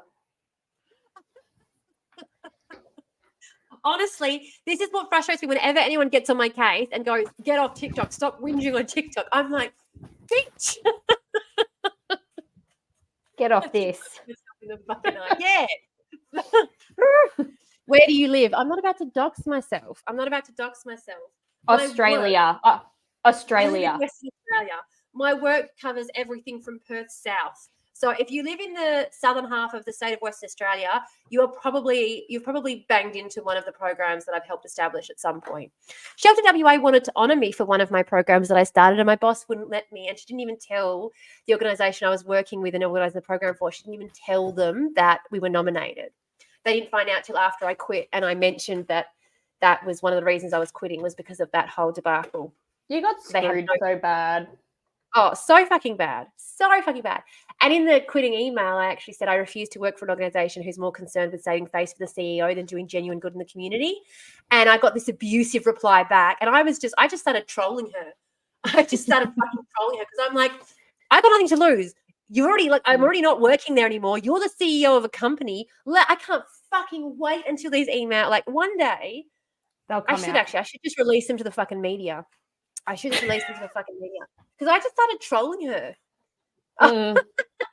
Okay, so what about the state how-to guide for squatting? Where are we with that? Emery, we completely forgot that it happened. I started bragging about all the good things that I've been doing. As a white savior, I just wanted to get on here. Okay, so we're up to, so there's the encroachment.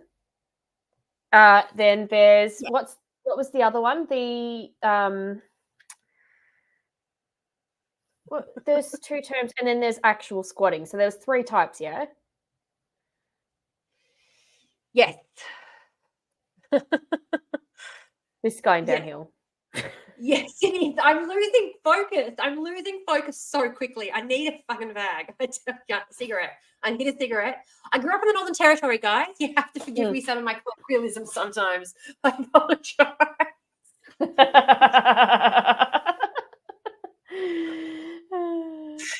It's a durry. It's a durry. Don't. Oh God. I love a durry. Far out. Love a good durry. Just sometimes. Sometimes you just need that sweet. Oh, anyway. Nothing hits. So there's the 3 types. I'm not. Adverse. I'm just trying to see if there's notes. Oh, actually, you know what, Emery? You've been taking notes. More cancelling, yeah. He said a slur.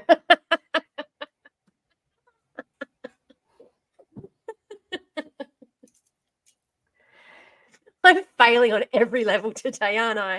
Just fully mask off. Let's go mask off. Slurring and swirling. Can you scroll down, Kim has. Emery?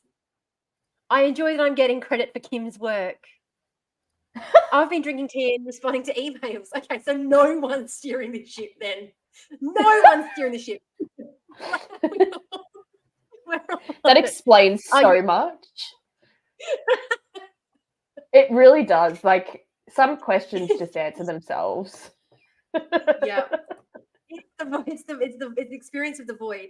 Sometimes, actually, this is something I did want to briefly talk about, just very briefly, not for very long. But a YouTuber that I followed the other night was doing a live and titled it like Crime and the Left. And I was like, fuck off. Fuck off. I know you've seen my lives talking about this. I know you have, because you've not once ever discussed this. Yeah. And now suddenly you're talking about it and talking like, I'm like, it doesn't bother me. I'm like, more people should be talking about it. But I'm just like, at least follow me back, bro. I'm following you. Yeah. Back off track. Nice. Yeah, derailed this trolley. Okay, adverse statutory encroachment, and then there is the other one, which I can't remember the term. Yes. All right. So it is nearly 5 o'clock. It's only nearly 2 o'clock here. Yes. Well, it's nearly 5 o'clock. There we go. We've just time zoned ourselves. Yes. Time zone. But luckily we already told everyone where we live, so it was fine, you know. That is true. I am going to do 20 more minutes and then I'm going to jump off. No worries. I will have to jump off when my kids get home. They have been on holiday with their father all week. And it has been very sad and lonely. I have been very sad. I didn't get out of bed Tuesday. Yeah. But they're coming home today, so it's fine. Oh, how exciting. I know. I don't know people who don't like just love and adore their kids and just want to spend every waking minute with them. Like I have FaceTimed them every single day they've been away. Just so lame. But my kids are very cool. They are the coolest people. So yesterday when I was FaceTiming, Malachi goes, okay, Mum, I need you to go now because I was doing something before you called and you interrupted.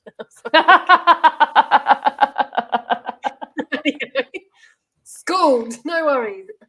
Yeah. I think Luckily, I though, love him. Yes. it's Talking about. it's better though that you love your kids that way than you resent the fact that you have them. You're like, Oh, absolutely. And like again, it's not. I think if it had been up to me, I never would have had kids. I was never ever going to have children. Not that I wasn't a fan of kids or anything. I mean, I wasn't. I've never been a kid friendly person.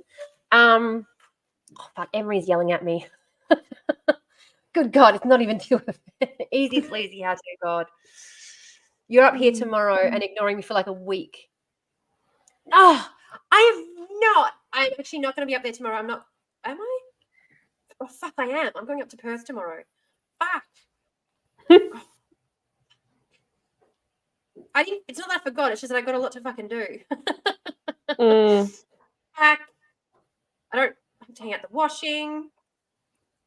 I take the washing off the line. I don't have to clean because I've already done that.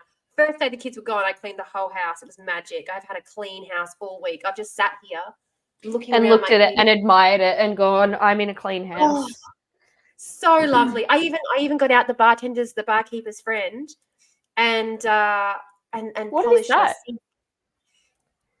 What's the barkeeper's friend? Have you not worked in a bar? No. Oh. I should have. But no. Actually, no, I shouldn't have. It would have been a nightmare for me to work in a bar. You give off the vibe of having worked in hospo, in bars. I worked at McDonald's. So this is what we use. Wait, hang on. No. Pause. I give off the vibe that I've worked in hospo? Yeah. What does that mean? Like, you're a real one. You're not a dumb cunt. Sorry, a thick cunt. No one has ever described me that way before, and I am deeply confused and low-key flattered. All the best people have worked in hospo. Yeah, it means you give off I'm not a dickhead to hospo workers vibe. Yeah. I am going to ask my wife. What vibes do I give off tonight? When I get off this, I'm asking. But yes, barkeeper's friend. So this actually polishes stainless steel surfaces really well. So we would use this on the bar like once a week. Gets rid of we would, after every shift, you would wash and dry down everything, so you didn't have to do it all the fucking time. But gets watermarks off things, gets rid of calcium buildup off stuff. Like once every year, I think we would have to do like a polish wash on all the glassware, and we would do like a barkeeper's friend polish wash on all of the I don't have to equipment. buy some. Well. Yeah, it's very handy stuff. It's very handy stuff. Also, ask if you can get some squatters' rights. That's correct. Yeah. All right. There's a small look of dread in the eyes. The small look of dread in the eyes. I was a dish pick for years. Oh.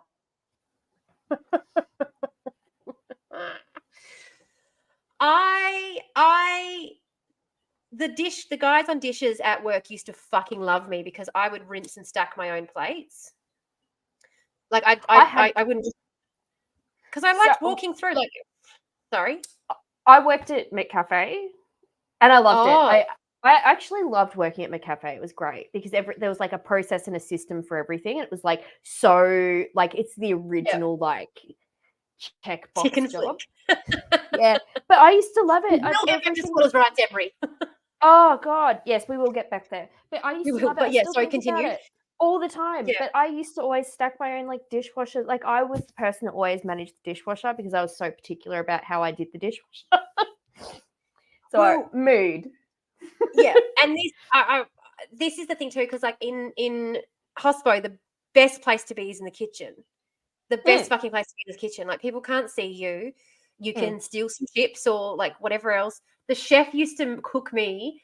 He would just be like, "Oi, Tammy, come here," and he'd cooked up like one night. There was like I can't remember even what it was that was on the menu, but he turned it into like this meatball sub thing for me, and I still have dreams about that. Honest to fucking God, I still have dreams about that meatball sub. But the kitchen was always the best place to fucking be. And actually, I went back in there the other week when I was up in Perth, and the girl who was on the dishes when I worked there is still there as the kitchen hand, and she's the only one who still works there. And she said to me, she's like, "I'm the last one here, and they still haven't promoted me to head of the kitchen." Maybe you didn't do the job. Yeah. It's not going to happen. You've been there for years. Once upon my disability not yet being so degenerate at a time, I was an exploited fast food teen. What vibes do I give off? I need to know over here on YouTube. You give off the immaculate. I was going to say, I'm not allowed to smoke on the live, am I? Yeah. I was promised one kidnapping.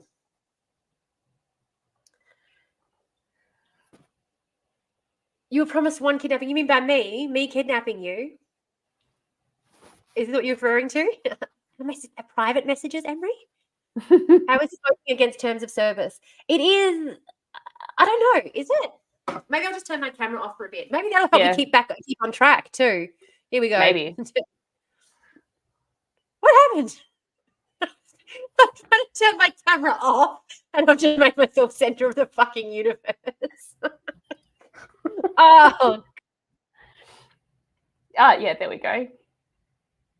Oh, so when you switch off your camera, it means you're just gone. You just evaporate into thin air. Yeah, gone. I evaporated in thin air. But I have now worked out that there's a big button down here that says stop cam, and I don't have to disconnect myself. Yeah. And you can keep talking. There we go. I went the wrong way. Oh, is that for saucy DMs only? Didn't know you were such a prude. I'm not. I am just enjoying my privacy, Emery. Yes. Anyway, so squatting. This is like Amy is trying so hard to keep me on track. I appreciate you so much. It's all right. I'm just looking at the time. I'm like, it's 10 to 5. I've got to go in 10 minutes. I can't fuck around all day on this thing. As much as I would love to. Sucks to be you. Oh my God. Have you watched The 3 Body Problem? The what? The 3 Body Problem on Netflix? Sorry. I'm apologizing in advance. We're never the podcast spotters, are we? I demolished it like in one night. I watched it end to end. It was so good. I loved it. I have not seen it. No, I have seen it being advertised. Is it decent? Is it? It's worth watching? It's really good. Yeah, I really liked it. It's a mind bender. It's definitely a mind bender, but yeah, it's good. I liked it.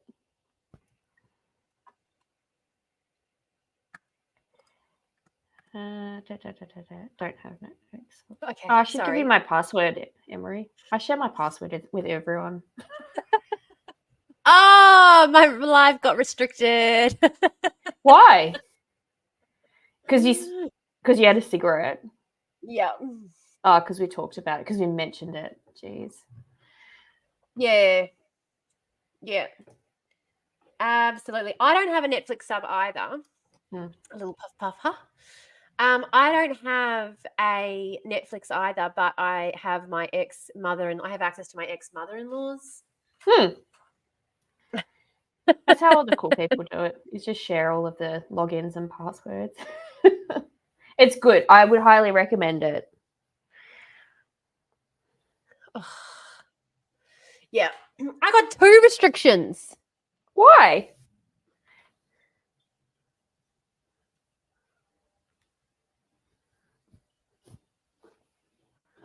On what platform? What? TikTok. Fucking hate they do that. They restrict me all the fucking time. Oh, so bullshit. Anyway. Consuming substances featured in this live could harm your health. That's the second restriction. The first I was already restricted. I didn't realize. Anywho, Yeah, How let's did you go get have a restricted look. the first time? That's funny. Well, my content isn't appropriate for younger viewers. Probably because I say cunt so much. Yeah, probably. It's probably got something to do with it. Yes. So, should we look at Queensland's? Yes. Queensland, adverse possession. Can you explain something to me? Yes. Because again, I've got 5 minutes and then I'm leaving. But I did a slow before. Oh, I did too. That's right. Yeah. there's the amount of time where you stay uninterrupted in the property, right, where you're squatting. Yeah. And then there's the limitation periods for the Crown. What does it mean if there's like not a limitation period for the Crown? Does that mean that? So, for example, I'm looking at like, say, New South Wales, and the limitation period for the Crown is 30 years. Mm. And is that the amount of time that the Crown has to challenge that? Or what is that? I don't get it. It is, yeah, but I thought it was much shorter than that. Oh, on the Wikipedia. I thought it was much shorter than that on public land, to be honest. Not for encroachment. It's not for encroachment. Like, it's like 30 years for encroachment, but for squatting, I thought it was much shorter than that, because they've been having big crackdowns on people camping on public land in Perth for exactly this reason, because if they stay too long in that position, in that place, then they have adverse possession. They have squatters' rights. So there were 2 Indigenous camps that were shut down recently. I say recently, in the last few years in Perth, specifically for this reason. And there was another one in Fremantle that was also shut down for that reason. So I did think that as far as squatters' rights, I thought the Crown's term was much shorter than what private owners' terms were.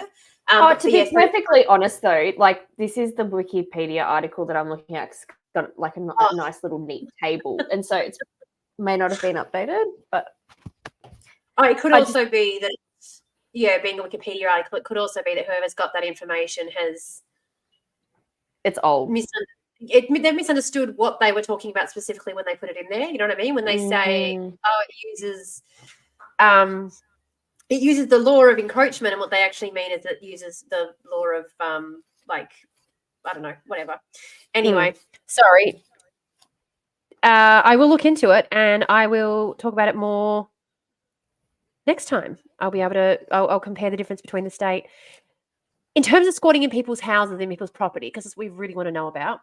Yeah, which we've not talked about at all in 2.5 hours. You keep mentioning that German philosopher. Oh, Kant. Yeah, that German philosopher. Immanuel Kant. Immanuel Kant. Yep. Bitch rich of them, really. Yeah. Fucking more cops with no real work. Yeah. Now, again, rangers do a lot of important work. They absolutely do. But yeah, a lot of the time it's one of those situations where you give them a little bit of power and it goes straight to their fucking heads. A lot of rangers get into the work because they want to help protect the local land. They want to help protect the natural, It's like people that get into place. It's like people that get into local laws as well. Like cops. Yeah. Yep. Tell me how to get my own house for free, please and thank you. Okay, righty, let's work on that. Let's go Queensland. All right, I'm going to go. Okay. However, I think we pick this up another day at some point. I'll circle back around and I'll have to review the materials, the rest of the materials of this video, and then you'll have to quiz me, and I'll have to come back with my learnings, my applied learnings. Oh, okay. You're going to do some of your own learnings, are you? Okay. I am. I'm also going to peruse this Twitter thread because the comments are hilarious. Geordie's like, Send me another link so I can see it, because I will do that. I'll send it via Signal. Yeah. All right. Sweet. Sweet. All right. Nice seeing you all. Thanks for joining and for trying to keep me on track. It didn't work, but thanks for trying. Look, my aggressive ADHD is aggressively ADHDing today too, so who cares? Whatever. All right. See you, everyone. Let's see. Bye. I nearly hit the leave studio for myself then. Whoops. Still going to feign annoyance that I'm not in a group chat on an app I refuse to download. I get it. I get it. As why not? Why shouldn't you? Now I'm going to go back to this document for a second and see where did we get to? We got to state-based. Oh, someone forgot to take notes. Nil. Western Australia. All right, let's go and have a look at Western Australia. Title by adverse possession in Queensland. Oh, that's right. I was doing Queens. Oh, my cat just decided to take a shit. Lovely. I can smell it now. I'm going to have to go and... Oh, that makes me feel a bit queasy. I'm going to have to go in it. Oh, thank you. I'm going to have to go and take care of that in a second because, oh, that is going to make me feel sick. The relation of adverse possession to the importance of possession.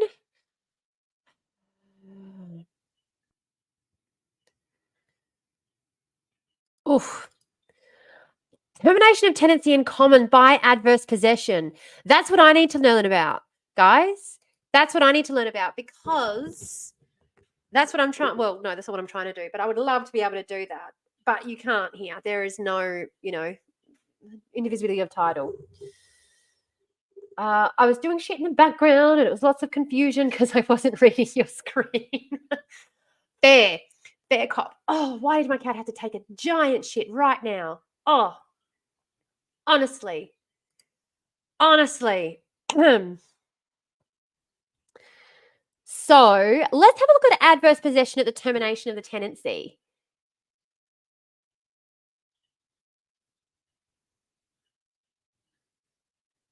Adverse protection for owners. No, we don't want that. Adverse possession.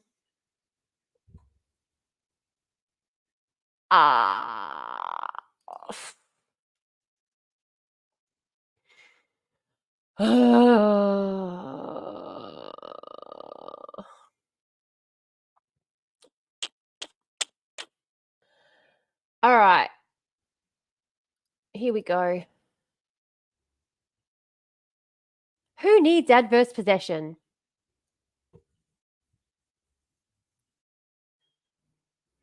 There seems to be a lot of misunderstanding about what adverse possession is in a lot of this research that I'm reading as well, just quickly.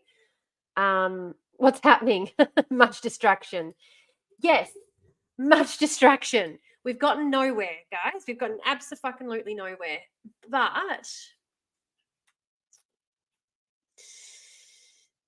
a lot of the scholarship that I am reading does seem a bit confused, and a lot of it seems to be geared at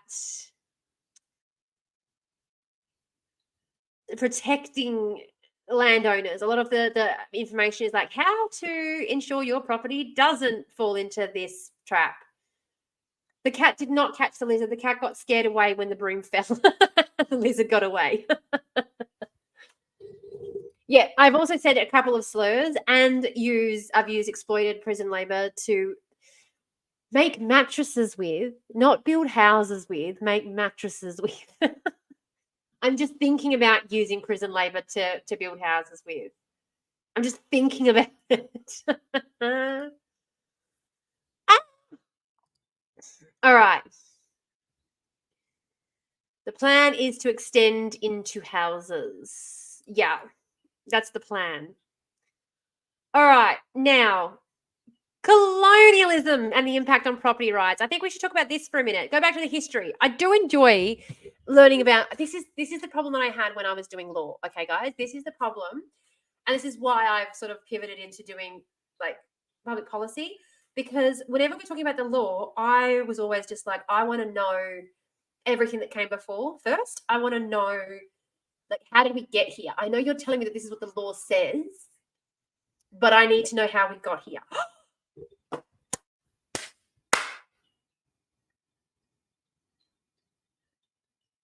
Your how-to guide? What's wrong? What did I do to your how-to guide? You're so lost. Amy, of course you are. We're all lost. None of us have any fucking clue what's going on right now. I was just going to get my textbook on property law for Western Australia so that I could.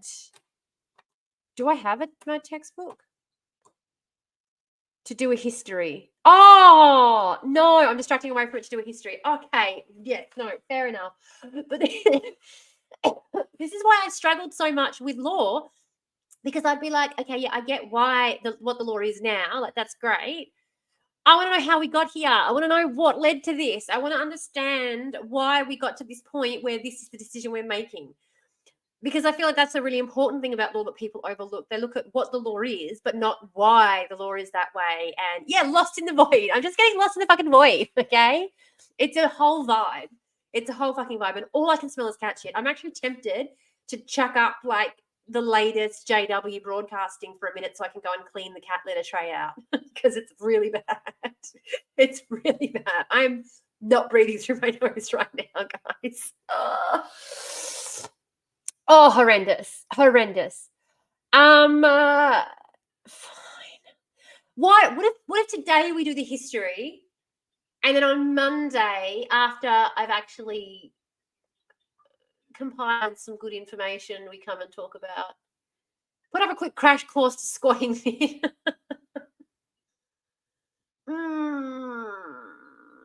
Yeah. If you don't know where your common laws come from, then you don't really know anything. Exactly. Oh, yeah, fuck, you're right. Monday I'm in Perth. Am I in Perth? Should I go to Perth? Oh, I want to go to Perth. I want to come up and see you guys, but... Oh, sorry. Whoops, wrong way. No, I will. I will be coming up.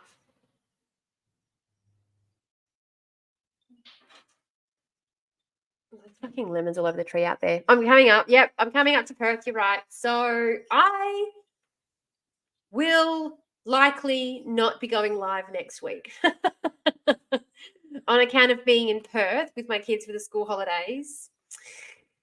So I want some lemon now. My kid picked some lemons off the tree and took them out into the front yard to for people to be able to take.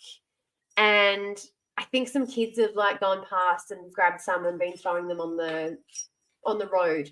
But the box of lemons is gone. Like everyone's taken the lemons. There's just a few out there on the road now that look like they've been tossed around. So, okay. All right. I'm focusing. What am I focusing on? Hey, why did you leave me? Look what fucking happened. You left. Emery's being zero help. Kim's just egging Emery on. Hello, Ninja. Come here, baby. Come here, little baby. Hello. He's my little void bringer. Here's my little void bringer. I made a lemon drizzle cake.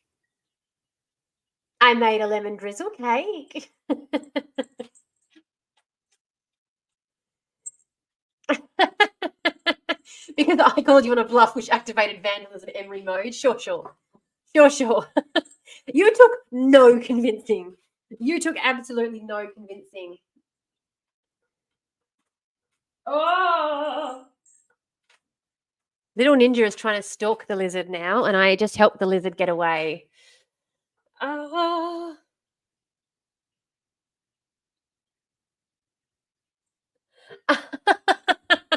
Oh, okay. It's all my fault. That is true. It is all my fault. It's always all my fault. That is correct. You are correct. Ah, here we go. Yeah. Okay.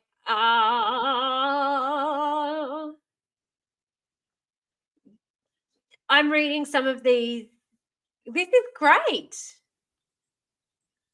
This is great, guys. I should put some of the links to the articles that I've been reading on here too that I found. So basically, the idea that land would be restricted and something that only some people would have access to is a fairly modern idea, obviously. Oh,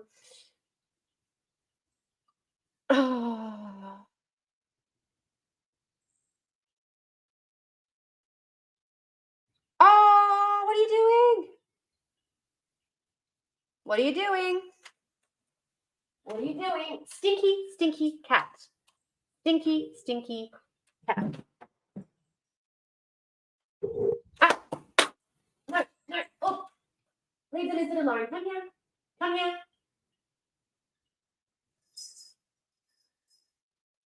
Ninja. Oh my God, those cats smell. What's here? I've just seen the watermark. Fucking hell. Oh. Catalyst in Sydney used to host the NSW Squatters Guide, but I can't see it. Maybe that's what I'm doing. I'm looking at it from the wrong. I'm trying to look at the legislation instead of looking for resources that already exist. Maybe that's where I'm going wrong. I'm going about it the wrong way. Let's try this again. Tips for squatters WA. Oh, how to get rid of squatters. Property squatters, how do I get them off? Oh.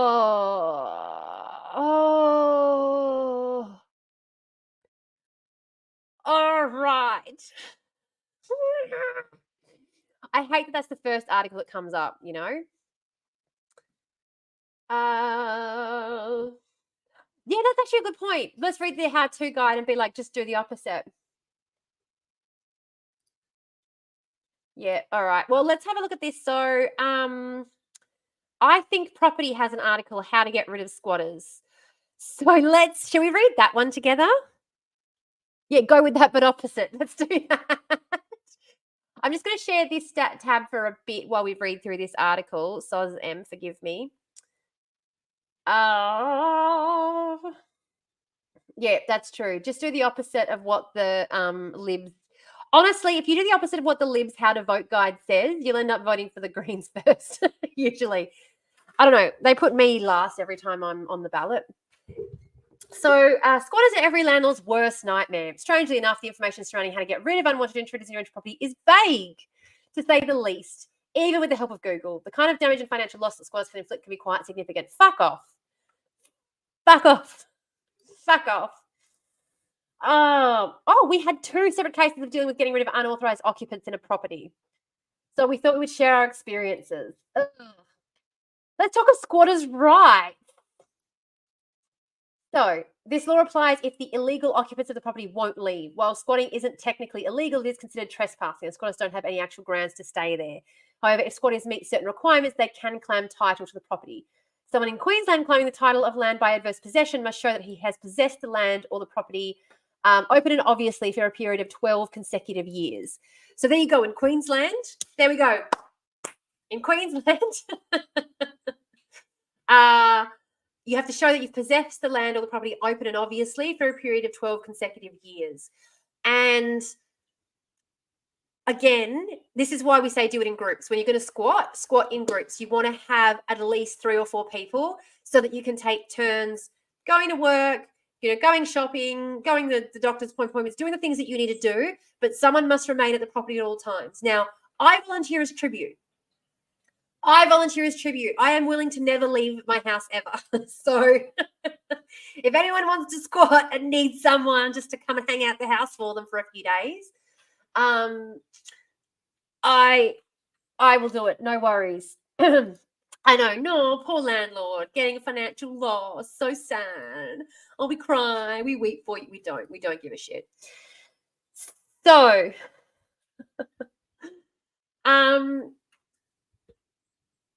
basically, these people, by the looks of things, did not look like they had the right to stay at the property. They didn't have the right to seek adverse possession. The only problem is that you'll somehow have to get the property and change the locks and secure it. Yes. Yeah. And so this is the important thing as well. Okay. This has been very helpful already. Look at this. Okay. Whilst you can legally enter the property, and change the locks and secure it. You cannot use violent entry if one of the squatters is actually at the property at the time and opposes you. This is why we're saying you have to have someone at the property at all times. They cannot come in and use violent entry, like bang down the door, like knock in the door, replace the door, put a new lock on if there's someone at the property. So squat in packs. Squat in packs. Number one rule of squatting, squat in packs. What if my tenant let the squatters in? Interesting. If your tenant let squatters in, assuming you did not allow your tenant to sublet, it gets rather more complicated. If your tenant didn't say he was leaving, even if you suspect he's definitely left, and even though someone else is in the property, it's probably best to be safe and pursue the normal track court possession routes through the courts to get possession. You would proceed as if your tenant was still in possession. So you proceed with the court as though you're trying to evict the tenant who isn't even at the property anymore, basically. This is because if you use self-help measures and the tenant then comes back, you'll be in the wrong. So if you go into the house and the squatters aren't there, and so you knock the door down and change the locks, but then the tenant comes back, you're in the wrong as a property owner. So here we go. We're getting some good information. Hello. Oh, just requested access to the dock. No worries. We can solve the landlord's issue the French way. Yeah, cure the problem, fix the problem for everybody. Requested access to the dock. It's not telling me that you've asked for access. Yes, it is. Share. There we go. Okay.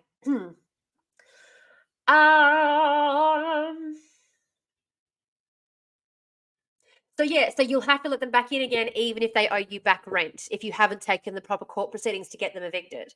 So even if they owe you money and you've tried to forcefully evict them, you'll be in the wrong. So always leave someone in the property. Number one rule of squatting for every single state. Yeah, squatting groups are a commune. The property needs to be under squatters' control if the owner or their agent ever comes knocking. Yes, thank you, Kim. Taking all of the notes. I love you guys. A small wedge under the door makes it very hard for someone to force entry. Cool, that helps too. Small wedge under the door. Now,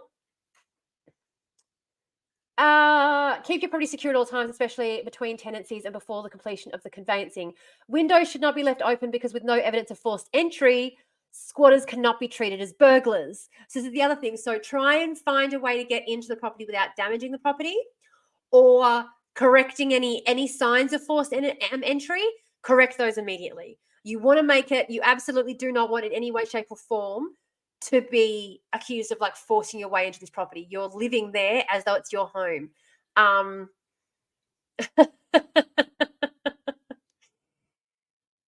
And this is particularly important for when you're Tam, the link is live.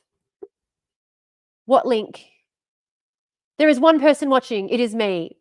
Hello. So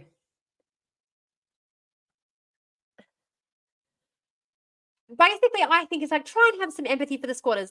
Have empathy for people who need housing, basically. They have to provide written communication in the form of a letter of eviction or eviction advice outlining the eviction date or the date the police will be advising. You've got to give them a deadline. So unless they've given you all of this sort of written communication, you can just say, fuck off, basically.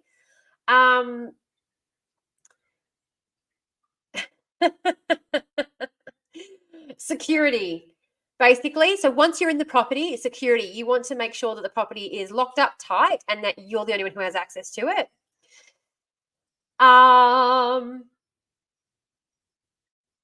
Make sure you're buying in an area with high rental demand so that your property is not left vacant for long periods, I'm guessing they're saying.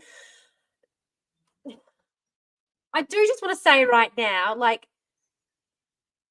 Purple Pinger's vacant house link is he's got the vacant house link live. Yes, I'm teaching people how to take adverse possession of property that does not legally belong to them yet. So this is the other thing as well, the advice they offer for how to make sure that, is to make sure that you buy in an area that's in high demand because then you have so many people Oh my goodness. Hell yeah, squatting. What's this? Ends your time on Earth. What does that mean? You can submit. Excellent. So Purple Pingers have come up with a list of empty houses that you can submit that have been long-term empty for people to go and take advantage of as well. So find one of the houses on that list. I know of a couple up in Perth Way. So yes. Yeah, they have to follow the correct legal procedure, or you can basically just fucking ignore them. All right, so that was helpful. That gave us a few general tips, a few general pieces of advice for. Oh, sorry, I have to go and clean. Yeah, make landlords afraid again.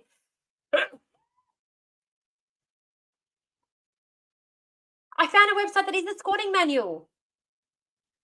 Yes. Yes. Oh, good morning. Yeah, pop the links in the doc actually to the squatting manuals and stuff for further references. This is going to be a public document that I'm going to make public for everyone as well. And I'll actually, I'm going to send it to Purple Pingers too, so that he knows it's there. Is there a way I can read more info about this? I'm very interested too. Too Canadian to concentrate. Minko, what Minko? There's a horse picture there now. Yeah, it's on the Discord. So if you go to the link in my profile, it'll take you to the Ko-fi where all of the links are available. So you can join it and find the reading lists and find the information for how to squat. I am a what, Minko? What am I? God, why am I even paying attention over there? Oh no, you're bent. Squatting manual.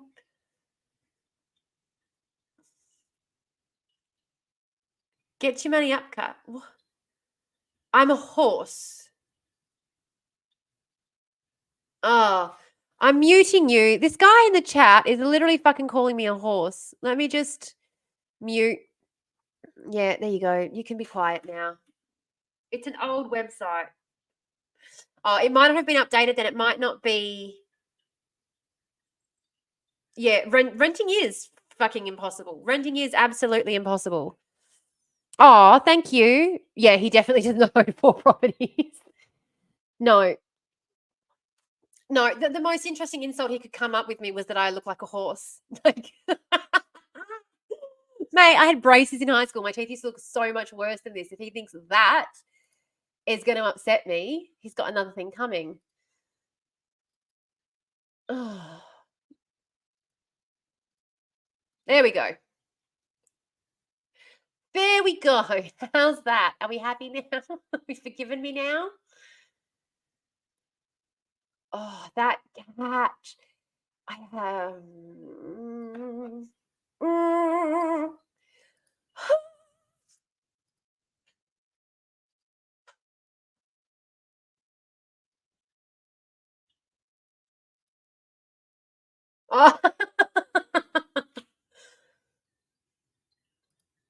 Also anxiety.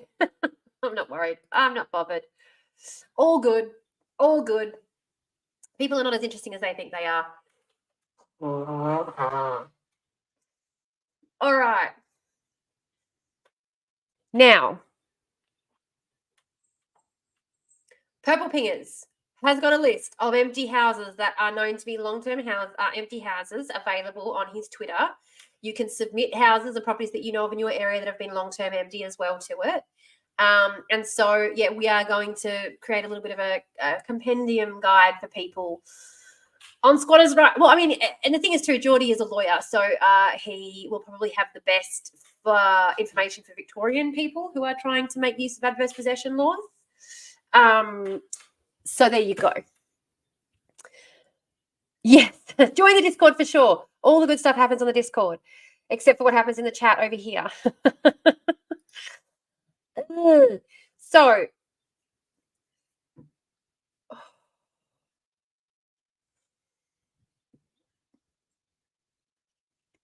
title by adverse possession. Oh, that's from the 30s, so that's not going to help us, is it? 1918, claim of title on adverse possession.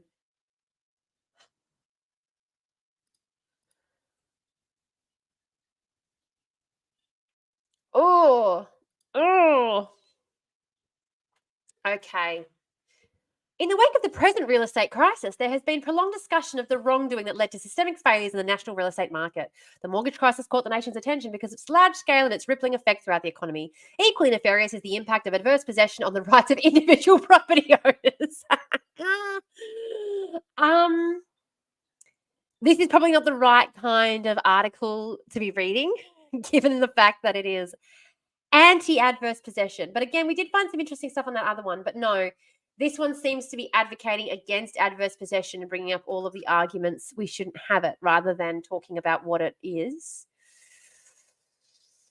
Adverse possession.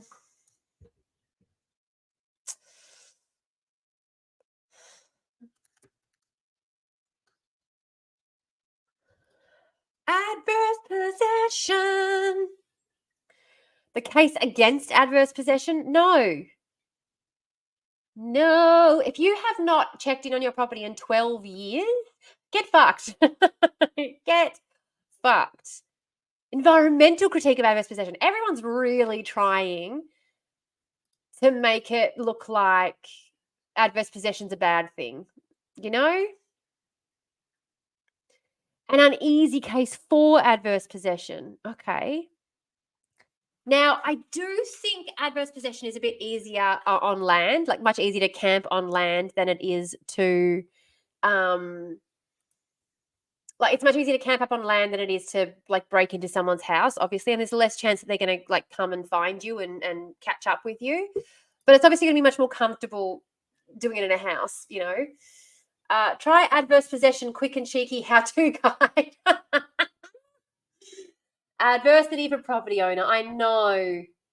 What happens in the chat stays in our hearts forever. Be right back, parenting things. No worries. Added the link to the Google Doc. Thank you. Adverse possession, quick and easy, quick and cheeky how-to guide. Oh, that's a good one. Adverse possession how-to. Adverse possession how-to. Hey. Property rules, liability rules, and adverse possession. How to Australia. Australia. That's talking about part parcels. Termination of tenancy in common by adverse possession. That's a United States example. A review of the application of adverse possession within the Torrens system of land regulations in Australia. That could be interesting. Oh, that's about resolving boundary discrepancies. I would like if we had a little bit more. Do you know what I really like? I'd like if we spent a little bit more more of our time in academia talking about the have-nots rather than the haves. Because within the law and academia, there's a lot of focus on how do we improve people's there's so much. And the thing is too, when I was doing law, 90% of the people I was doing it with had done their undergrad had been in business law, whereas mine had been in legal theory. And they were all going to go into corporate law,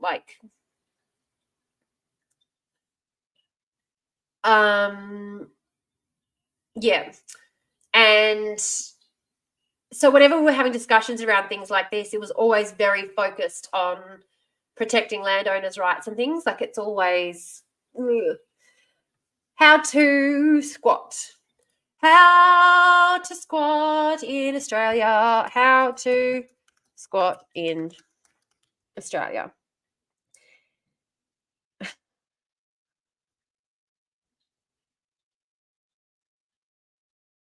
The squatting system.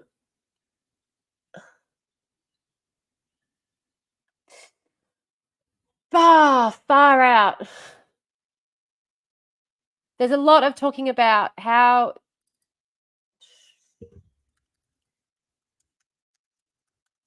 I'm going to have to search how to claim adverse possession in Australia because I just got a whole lot of articles on how to squat appropriately without hurting your knees.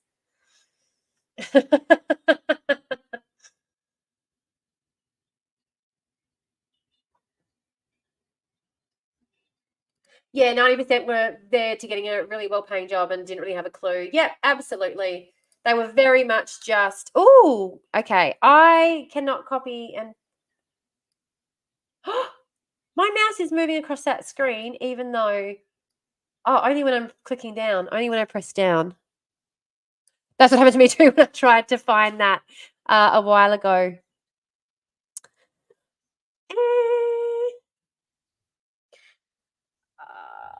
Yeah, well, for starters, you've got to line your knees up with your toes. Yeah, and make sure your back is straight. Very, very good. I can't copy and paste that link, Emery. It's very annoying. I can't copy and paste the chat. I'm not enjoying it. I thought links didn't work in here. Obviously, Emery's figured out a way. Emery has figured out a way. All right. So the review, how to claim adverse possession in Australia. A review of the application of adverse possession.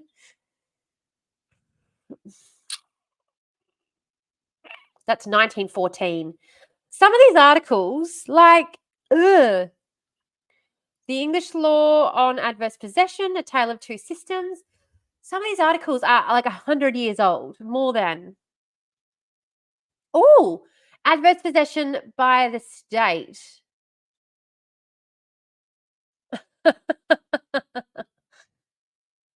Far out.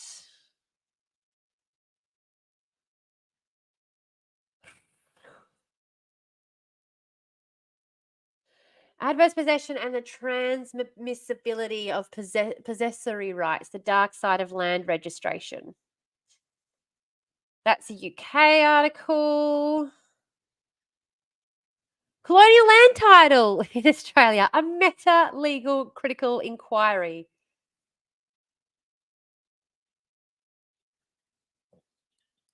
Okay, let's have a look. This was only 2019, so it's not too old. Let's see. I'm a special boy. You are.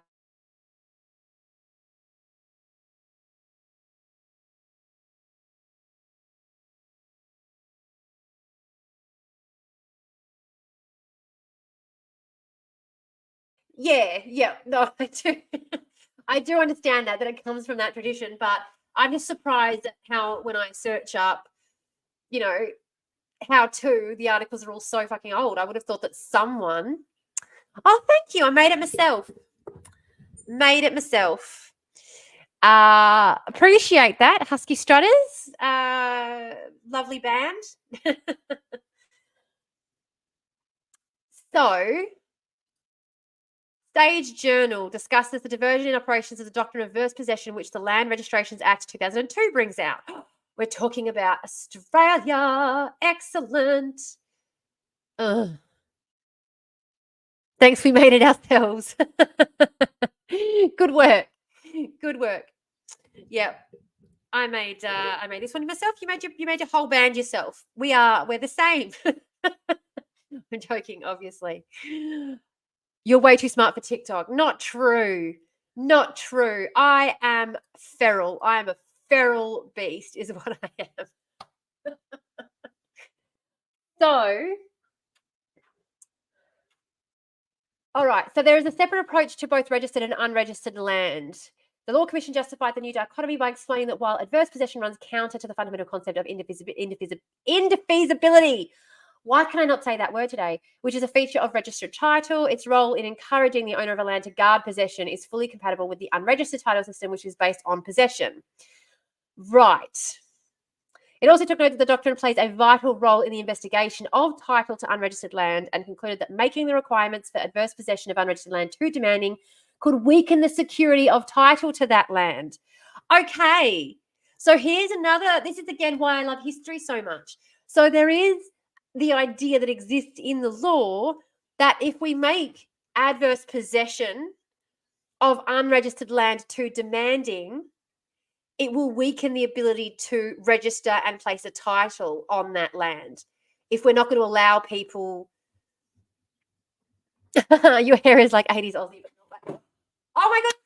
Okay. my kids are home, so we're going to leave it there for today, guys. They've just got home. Love you lots. I'm turning my camera off right now so you don't see them accidentally. Lawyers got you right. Something about something else. Why do they exist? Yeah. Thank you all, guys, so much. My kids have just got home from a week away. I'm very excited to see them.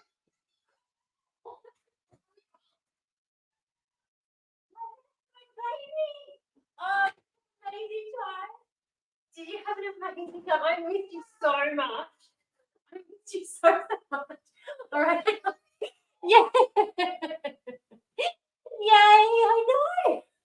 All right, hang on. Don't look while I turn off the camera on my phone, okay? Don't look at the. See you guys. I will. No worries, and I will fill it. I'll finish it off, and I'll post next week sometime. Love you. Bye. Yay! Oh. Oh.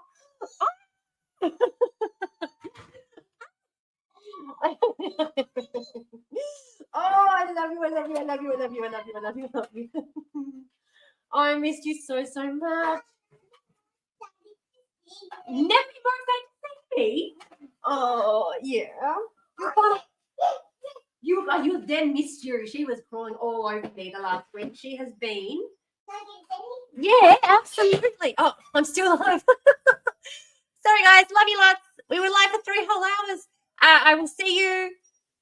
No, I don't know. Maybe tomorrow.